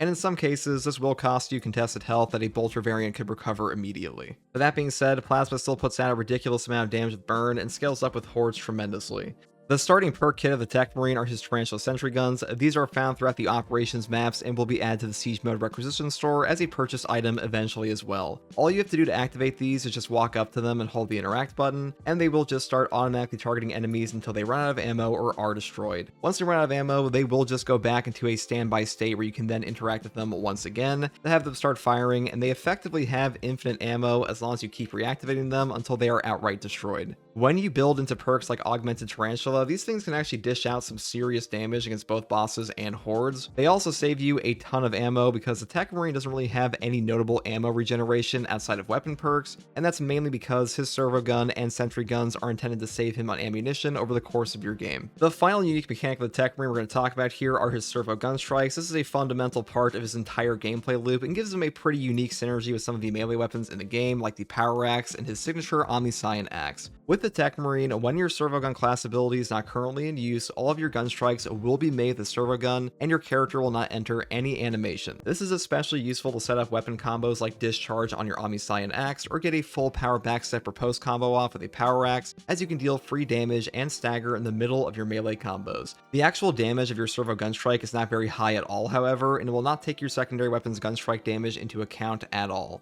All the variants of the servo gun do incredibly similar gun strike damage, but it is mainly used for a bit of added damage and stagger versus incredibly high per shot damage like you'd find with a heavy bolt pistol. You can also use your servo gun strike mid-roll, and it will still recover you contested health and allow you to execute enemies like normal gun strikes. This mechanic really makes the Techmarine have a far more fluid gameplay loop than you'd expect, though like I mentioned before, be careful when you have your servo gun active, as this will revert you back to a standard gun strike animation, which can get you staggered and outright killed. Despite the lower damage, servo gun strikes having no animation yet still dealing stagger helps tremendously with the keep away crowd control style of the class, and this is one of the reasons that balance and fencing weapons are generally much better on the Techmarine than block compared to every other class, since his gun strikes are such a core part of his melee horde control, and without them, some of his melee combos on his Omniscient axe are significantly harder to properly pull off. Speaking of weapons, however, it is time to go over the weapon selection this class has on offer, and which ones I think are currently best. Now, I'm not going to go into the full weapon builds for every single option, but I do have plenty of build guides for this class on this channel if you want to see some more in-depth explanations on that. The Techmarine currently has access to 4 melee weapons. These are the Combat Knife, Power Sword, Power Axe, and his exclusive Omniscient Axe. One of the best variants of all these weapons for him, in my opinion, is the Argent Edge for the Combat Knife, and mainly because this weapon variant will give you a guaranteed stagger on the first parry, which synergizes perfectly with your servo gun strike. Argent Edge really is just the best fencing weapon in the game overall for this reason as well, and other great options include things like the Balanced Power Axe thanks to its ability to one-shot melee combo with a servo gun strike riposte, or his signature Omniscient Axe lets you charge into hordes with enormous range damage reduction to blow apart entire hordes with his discharge ability. Now, like I mentioned previously, balanced weapons tend to be the overall best if you're looking for damage on this guy compared to block, and their base damage buff they got alongside the Techmarine update helped them become top tier options in many cases already. And the Techmarine can further buff up some of the strongest attacks in the game, like the Power Backstep on the Power Axe, or Discharge on the Omniscient Axe with his Arc Cleave perk that gives him a huge damage buff to all charge attacks. His ranged weapon selection is primarily limited to bolters, with the Plasma Incinerator being the only non-bolter weapon available to him. His best options here, in my opinion, are things like the Heroic Heavy Bolt Rifle, thanks to the high ammo capacity and grenade launcher option. Techmarine benefits heavily from the instant contested health regeneration of grenades, because usually when your armor breaks in this class, you're probably about to take massive chip damage or outright die. The stagger of grenades also helps him set up some of his slower melee combos, and overall, both the Heroic Heavy Bolt Rifle and Standard Bolt Rifle grenade launcher options on top of the Combi Melta perform very well on him. Weapons like the Oculus Bolt Carbine benefit from his headshot perk buffs like chained headshots, and unfortunately, the Plasma Incinerator is currently one of his worst options, mainly because he simply lacks the incredibly potent Plasma Boost perk the Tactical has access to. As far as his secondary weapons are concerned, he is the only class besides Assault that has access to every secondary in the game, so you can really build this however you want. Though keep in mind, the gun strike damage of these secondary weapons does not benefit the servo gun strike damage at all, like I mentioned previously. So the Techmarine really is a powerhouse in both horde clear and single target damage depending on your setup, but what are his downsides? Well, the Techmarine has the lowest HP total in Space Marine 2 alongside the Sniper class, with no HP increasing perks anywhere in his kit, though he does have a base 3 armor like most other classes do, which does help out a little bit for him, though he also has very little in the way of health damage reduction outside conditional perk effects like Reinforced Position. And when the Techmarine does get knocked down, his time to get back up is actually slower than most other classes as well, so he is very much in danger of getting damn near one-shot stun locked if you get staggered a single time depending on the situation, which it does make him one of the less forgiving classes to play despite a lot of his damage being automated, as he is always in danger of getting popped like a balloon once his armor breaks. But speaking of armor, he does have multiple sources of armor regeneration to help him somewhat mitigate his low HP, with perks like Battlefield Repairs and Fortifying Salvo that are actually some of the best sources of armor regen in the entire game. And before I get into a breakdown of his perk tree options, some general tips for this class is that you need to take full advantage of your servo gun for both damage and contested health recovery. Everything about the Techmarine's kit has great synergy, and he's actually a very well designed class in that aspect. If you completely ignore your sentry guns or fail to incorporate your servo gun strikes properly to maximize melee combo damage, you will be severely limiting what this class can actually offer. Techmarine definitely plays better in a team than he does solo, but considering this is a team game, that's not at all surprising, and even though he has a bit of a learning curve, he's still a very powerful class, especially after receiving a few buffs to his perks since his initial launch. Now this brings us to the Techmarine perk tree, and I do already have a ton of build guides for this class on this channel, but for the purposes of this guide video, I do want to talk about all the perks here a little bit, starting off with the perk Explosive Enfilade. After using equipment, your range damage increases by 15% for 10 seconds. The range damage buff here is okay, but the main reason you pick this up is because the other two options in this column will give you a different servo gun. This is the only option that gives you access to the base bolter version, so for that reason, it's kind of a must pick if you want that variant. Now, the next perk here is Precision Enhancement. The servo gun now targets single dangerous enemies and fires powerful precision shots. We talked about this a little bit before in the guide. Now, the main thing I would take with this is the perk over here, Lethal Perimeter. The servo gun marks a zone and automatically attacks enemies that enter it using 50% less energy per shot. I think Precision Enhancement really benefits off this perk. You could alternatively take the perk Decapitating Stratagem with it. This one says killing or incapacitating Majoris or higher enemies with the servo gun regenerates its ability charge by 100%. The cooldown is 90 seconds. Both of these options are okay. I think Lethal Perimeter is a bit better though, and the perk down here, Omniscience Fury, really does not have good synergy at all Precision Enhancement because you get so few shots. So I would just stick to these two. Now, the next perk here is Plasma Enhancement. The servo gun now fires exploding plasma projectiles at enemies. This you just take with Burn because Burn is like the only way this one actually functions properly, in my opinion. If you take Lethal Perimeter, you're going to kill a lot of Minoras sometimes and like maybe Majoras, but for the most part, Burn just provides way too much value on this one, so definitely combine these together. And to be honest, I would just combine the standard bolter or plasma with Burn because Burn is just so effective in Space Marine 2 that not taking it on these servo gun options is just kind of like ruining your own damage, in my opinion. Though I will say the standard bolter is okay with Lethal Perimeter as well. Now, the next perk here is Arc Cleave. Damage from charged melee attacks increases by 20%. This is a multiplicative melee damage increase to the heaviest hitting attacks in Space Marine 2. This perk functions exactly the same as the overcharge perks, even though the description here is a little bit different. It will buff up your power backstep, it will buff up your whirlwind attack, it will also buff up things like the chainsword stomp and bash, even though this class doesn't have the chainsword, but the point is, Arc Cleave is a very powerful perk, definitely the best in this column in my opinion, and if you're not taking this, it's probably because you're using like an Argent Edge or something that doesn't have very strong heavy attacks. Next perk here is Methodical Destruction. Enemies damaged by equipment take 25% more damage for 10 seconds. This is a pretty good perk if you're using the equipment setups on this class. You could take things like Combat Squad Resupply or Plunging Salvo and just dump out equipment all the time. You get the range damage buff from this perk, you get some more damage off of this one. It's not a bad perk by any means, but Arc Cleave is just so strong in this column that I usually take this one. Final perk here is Omniscient Axe Deflection. After a perfect parry or perfect block, you take 25% less damage from range attacks for 10 seconds. This is a pretty powerful perk effect. A 25% range damage reduction will affect both your HP and armor, and like I said before, the Techmarine is very squishy, so having damage reduction of any kind does help him out. Unfortunately, once again, Arc Cleave is so valuable that usually I do skip over this one, but if you're using like a fencing weapon or something, this can definitely help out. Next perk here is Explosives Adept. Damage from equipment increases by 35%. If you are using an equipment build, you can usually pick this one up and just get that extra bonus damage. A 35% increase to equipment damage is pretty substantial, especially when you're getting all the other equipment benefits off things like Methodical Destruction, Explosive Enfilade, and you have extra equipment off of Combat Squad Resupply. Pretty good perk. Usually I don't pick this up on most builds though, mainly because a lot of the equipment in this game already one-shots guys like crack grenades or melt-a-bombs, but things like frags and shocks can even benefit off of this, and some breakpoints are hit on cracks of this as well, so definitely not a bad option. Next perk here is Push the Advantage. After a finisher, your melee weapon deals 20% more damage for 15 seconds. The melee buff here is additive versus the multiplicative buff of Arc Cleave, but that being said, a 15-second uptime after a finisher is pretty much going to be up all the time in your game. That is a very strong perk effect, and having any bonus melee damage is pretty nice, so definitely not a bad option. Next perk here is Long Range Barrage. Range damage at ranges greater than 20 meters increases by 25%.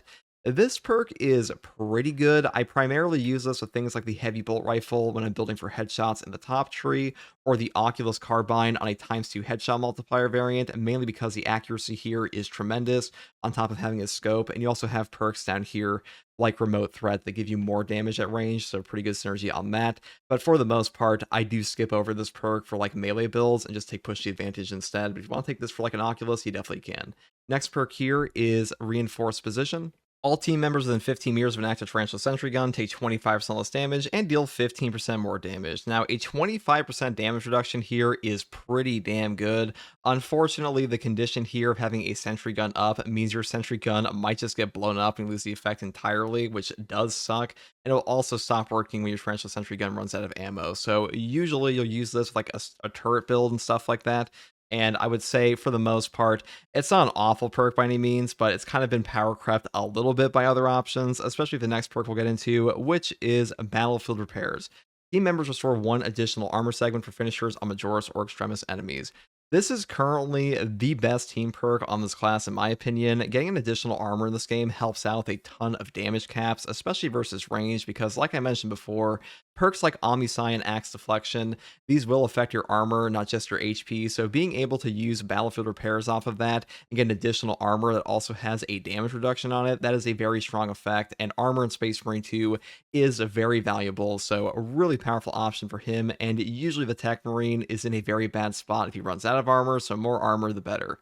Final perk here is Combat Squad Resupply. All team members gain one additional equipment. This perk is pretty good. Unfortunately, it doesn't work for Melta Bombs like it says here, and that does kind of limit it compared to other options for equipment regen, like Secure Stockpile and Tactical. This perk just gives you back 60-second equipment for your entire team. This is a much better equipment team perk, but this one's still not bad. Like, an additional option is definitely good for things like crack grenades, shock grenades, and frags, but without Melta Bombs, it does feel a bit worse, though you can use these simultaneously with the tactical version if he's on your team, so that's probably why they limited it a little bit here. But that being said, still a pretty good version for pickup economy. Next perk here is the perk Designated Target. Enemies hit by the servo gun take 15% more damage for 10 seconds. I usually don't like this perk that much. The damage buff here is really just not that substantial, and oftentimes I find that enemies that are hit by my servo gun are already about to die anyways, so usually this will primarily affect bosses and stuff like that because they have a fat HP pool that actually benefits off the damage debuff. But that being said, the next perk here I think is far better with Inexorable Salvo. While the servo gun is active, you don't lose control of heavy hits and you cannot be knocked back. The effect will last 15 seconds after deactivation. Now, initially on launch for Techmarine, this perk had no lingering effect and sucked ass. These days, a 15-second no knockback is very strong for your class. I think this one is one of the best options in this whole tree now, mainly because no knockback and getting knocked around, those things are very dangerous for the Techmarine, so anything that mitigates your stagger is going to be a very powerful choice. Final perk in this column is Synergistic Arsenal. Servo gun recharge rate increases by 25% when you are near an active Tarantula Sentry gun. This perk is underrated in my opinion. A 25% recharge rate on your servo gun is actually pretty substantial. You can definitely tell that your servo gun energy will go up significantly faster while around a servo gun or a sentry gun with this perk active. A really good option here, though I still think Inexorable Salvo is probably the best in this column. Next perk here is Augmented Ammunition Feed. Servo gun recharges 15% faster. This is by no means a bad perk. I just find the other perks in this column are far more valuable, like the perk down here, Augmented Tarantula. Tarantula Sentry Gun damage increases by 30%, and your ammo increases by 50%. Getting a 30% buff to Sentry Gun damage is very substantial in this game, and a 50% ammo increase means a 50% increased duration on your Tarantula Sentry Gun, which also helps out perks over here like Reinforced Position, have a longer uptime, and Synergistic Arsenal. So overall, I think this perk is far better than Augmented Ammunition Feed, and the next perk down here is probably the best in the entire column, which is Replenishing Salvo. Killing or incapacitating an enemy with the servo gun restores one equipment charge. Cooldown is 75 seconds. A 75-second cooldown on equipment recharge is actually really good in this game. Most consecutive execution perks or equipment recharge perks are like 90-second cooldowns, and the only ones that are not are like Pattern of Excellence, which is 30 seconds, or Secure Stockpile, which is 60. But the requirement to actually trigger this is very easy to pull off because killing or incapacitating an enemy with a servo gun literally only requires you to like shoot a sniper shot at one Majoris or just blow apart a Minoris with a bolter or plasma, which happens all the time. So using this off cooldown is very easy. Next perk here is Counteroffensive Protocols. After using the servo gun, melee damage increases by 35% for 10 seconds. This perk sounds better than it actually is. The buff here is only additive versus the multiplicative buff of Arc Cleave once again, and on top of that, your servo gun is just not up that often to get the full benefit out of this perk versus other options like Arc Cleave and Push the Advantage here. And for the most part, I just don't find this perk to be that good. If you want to take it, you definitely can. Next perk here is Fortifying Salvo. Killing or incapacitating an enemy with the servo gun restores an armor segment. The cooldown is 30 seconds. I think this is the best perk in this column here, mainly because armor restore in this class is incredibly important, just like I talked about previously. And just like Replenishing Salvo, triggering this perk off cooldown is very easy. And a 30-second cooldown on one armor is not remotely as bad as it might sound initially, because drip-fed armor restore in Space Marine 2 is a potent effect everywhere. Final perk in the column is Strategic Gunstrike. Servo gun only targets Majoris or higher enemies and deals 20% more damage when the target is more than 20 meters away. If you're using the precision enhancement, that is like the only time you actually take this perk. A 20% damage buff and not wasting any shots on like Minoris and stuff like that does feel pretty good precision enhancement, but you do not always need this because the way that lethal perimeter works is that you basically shoot out like an aspect scan zone, and that is very easy to target the guys you actually want. And usually the servo gun will prioritize Majoris and stuff like that, anyways, especially the sniper shots. So it's really not that important. Normally, I do just take the armor option anyways, but if you want to take this with precision enhancement, you definitely can. It is a very strong perk with that, and this one does also just kind of suck on things like the standard bolter option, especially the plasma. So I would skip over it there, but for now, I think this one is the best. Next perk here for Signature Tree is Decapitating Stratagem. Killing or incapacitating Majoris or higher enemies with the servo gun regenerates ability charge by 100%. The cooldown is 90 seconds.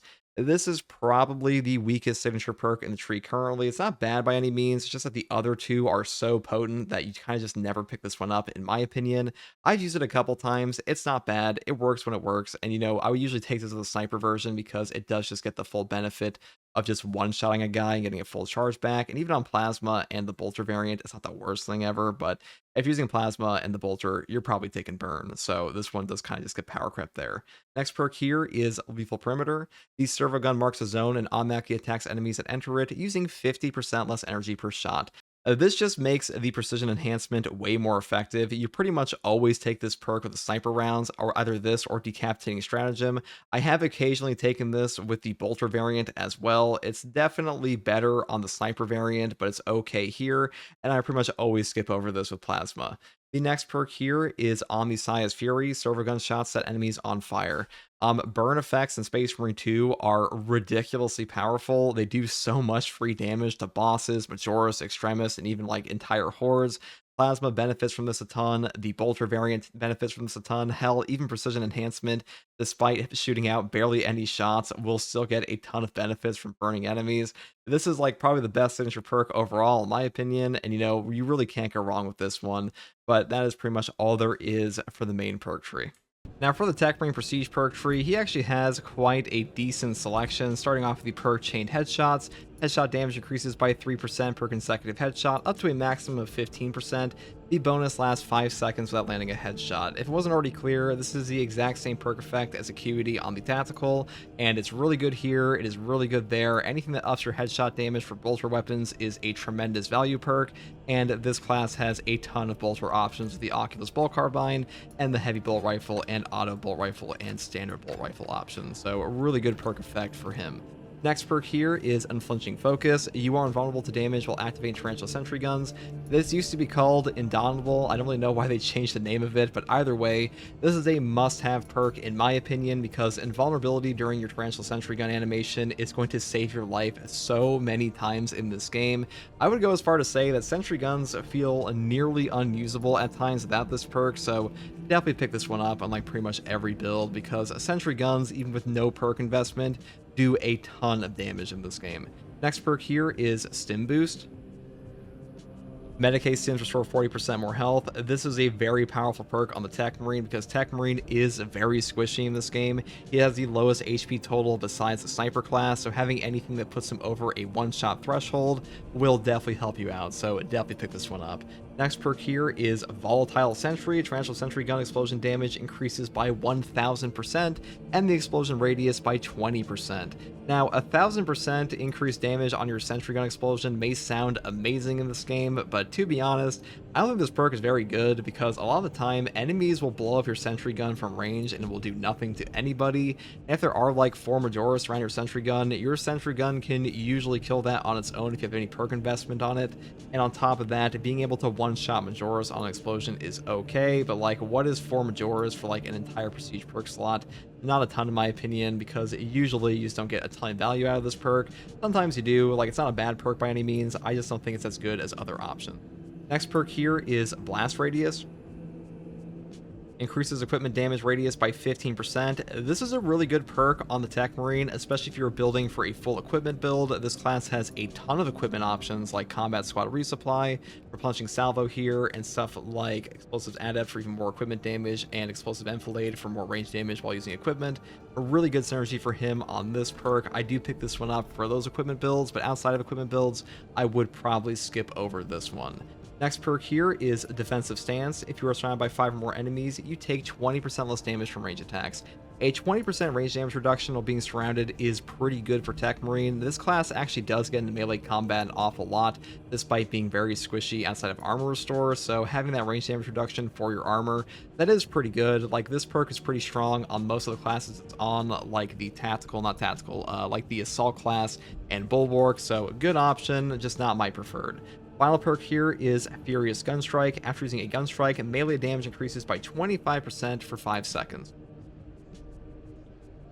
This is an amazing perk on the Techmarine, mainly because it will trigger off of your servo gun strikes, and you can incorporate this immediately into a melee combat loop. So for example, say you are using a power axe, you parry the enemy, you gun strike them while you are doing your backstep, you will get the full damage buff from this. Now, the damage buff is a 25% additive buff. It's not as strong as, say, like an overcharge perk or arc cleave that are multiplicative, but they are still a pretty good option for bonus damage. And as far as prestige perk options go, this is one of the stronger ones in his tree. And that's pretty much everything there is for the Techmarine tree. And that is every single class in Space Marine 2 explained, and hopefully that gave you a better understanding of a lot of their mechanics. Now, a few things do change between classes during some updates, but I will put any major changes in a pinned comment below. If you want more specific build guides for these classes, you can find those on this channel as well, where I regularly update them between patches. So if you like content like this, subscribe for more. And if you want to catch me live to ask me questions about the game or just come hang out, you can find me here on YouTube or on Twitch with a link in the video description alongside a link to my community Discord. And as always, guys, thank you for watching. Take it easy. Bye.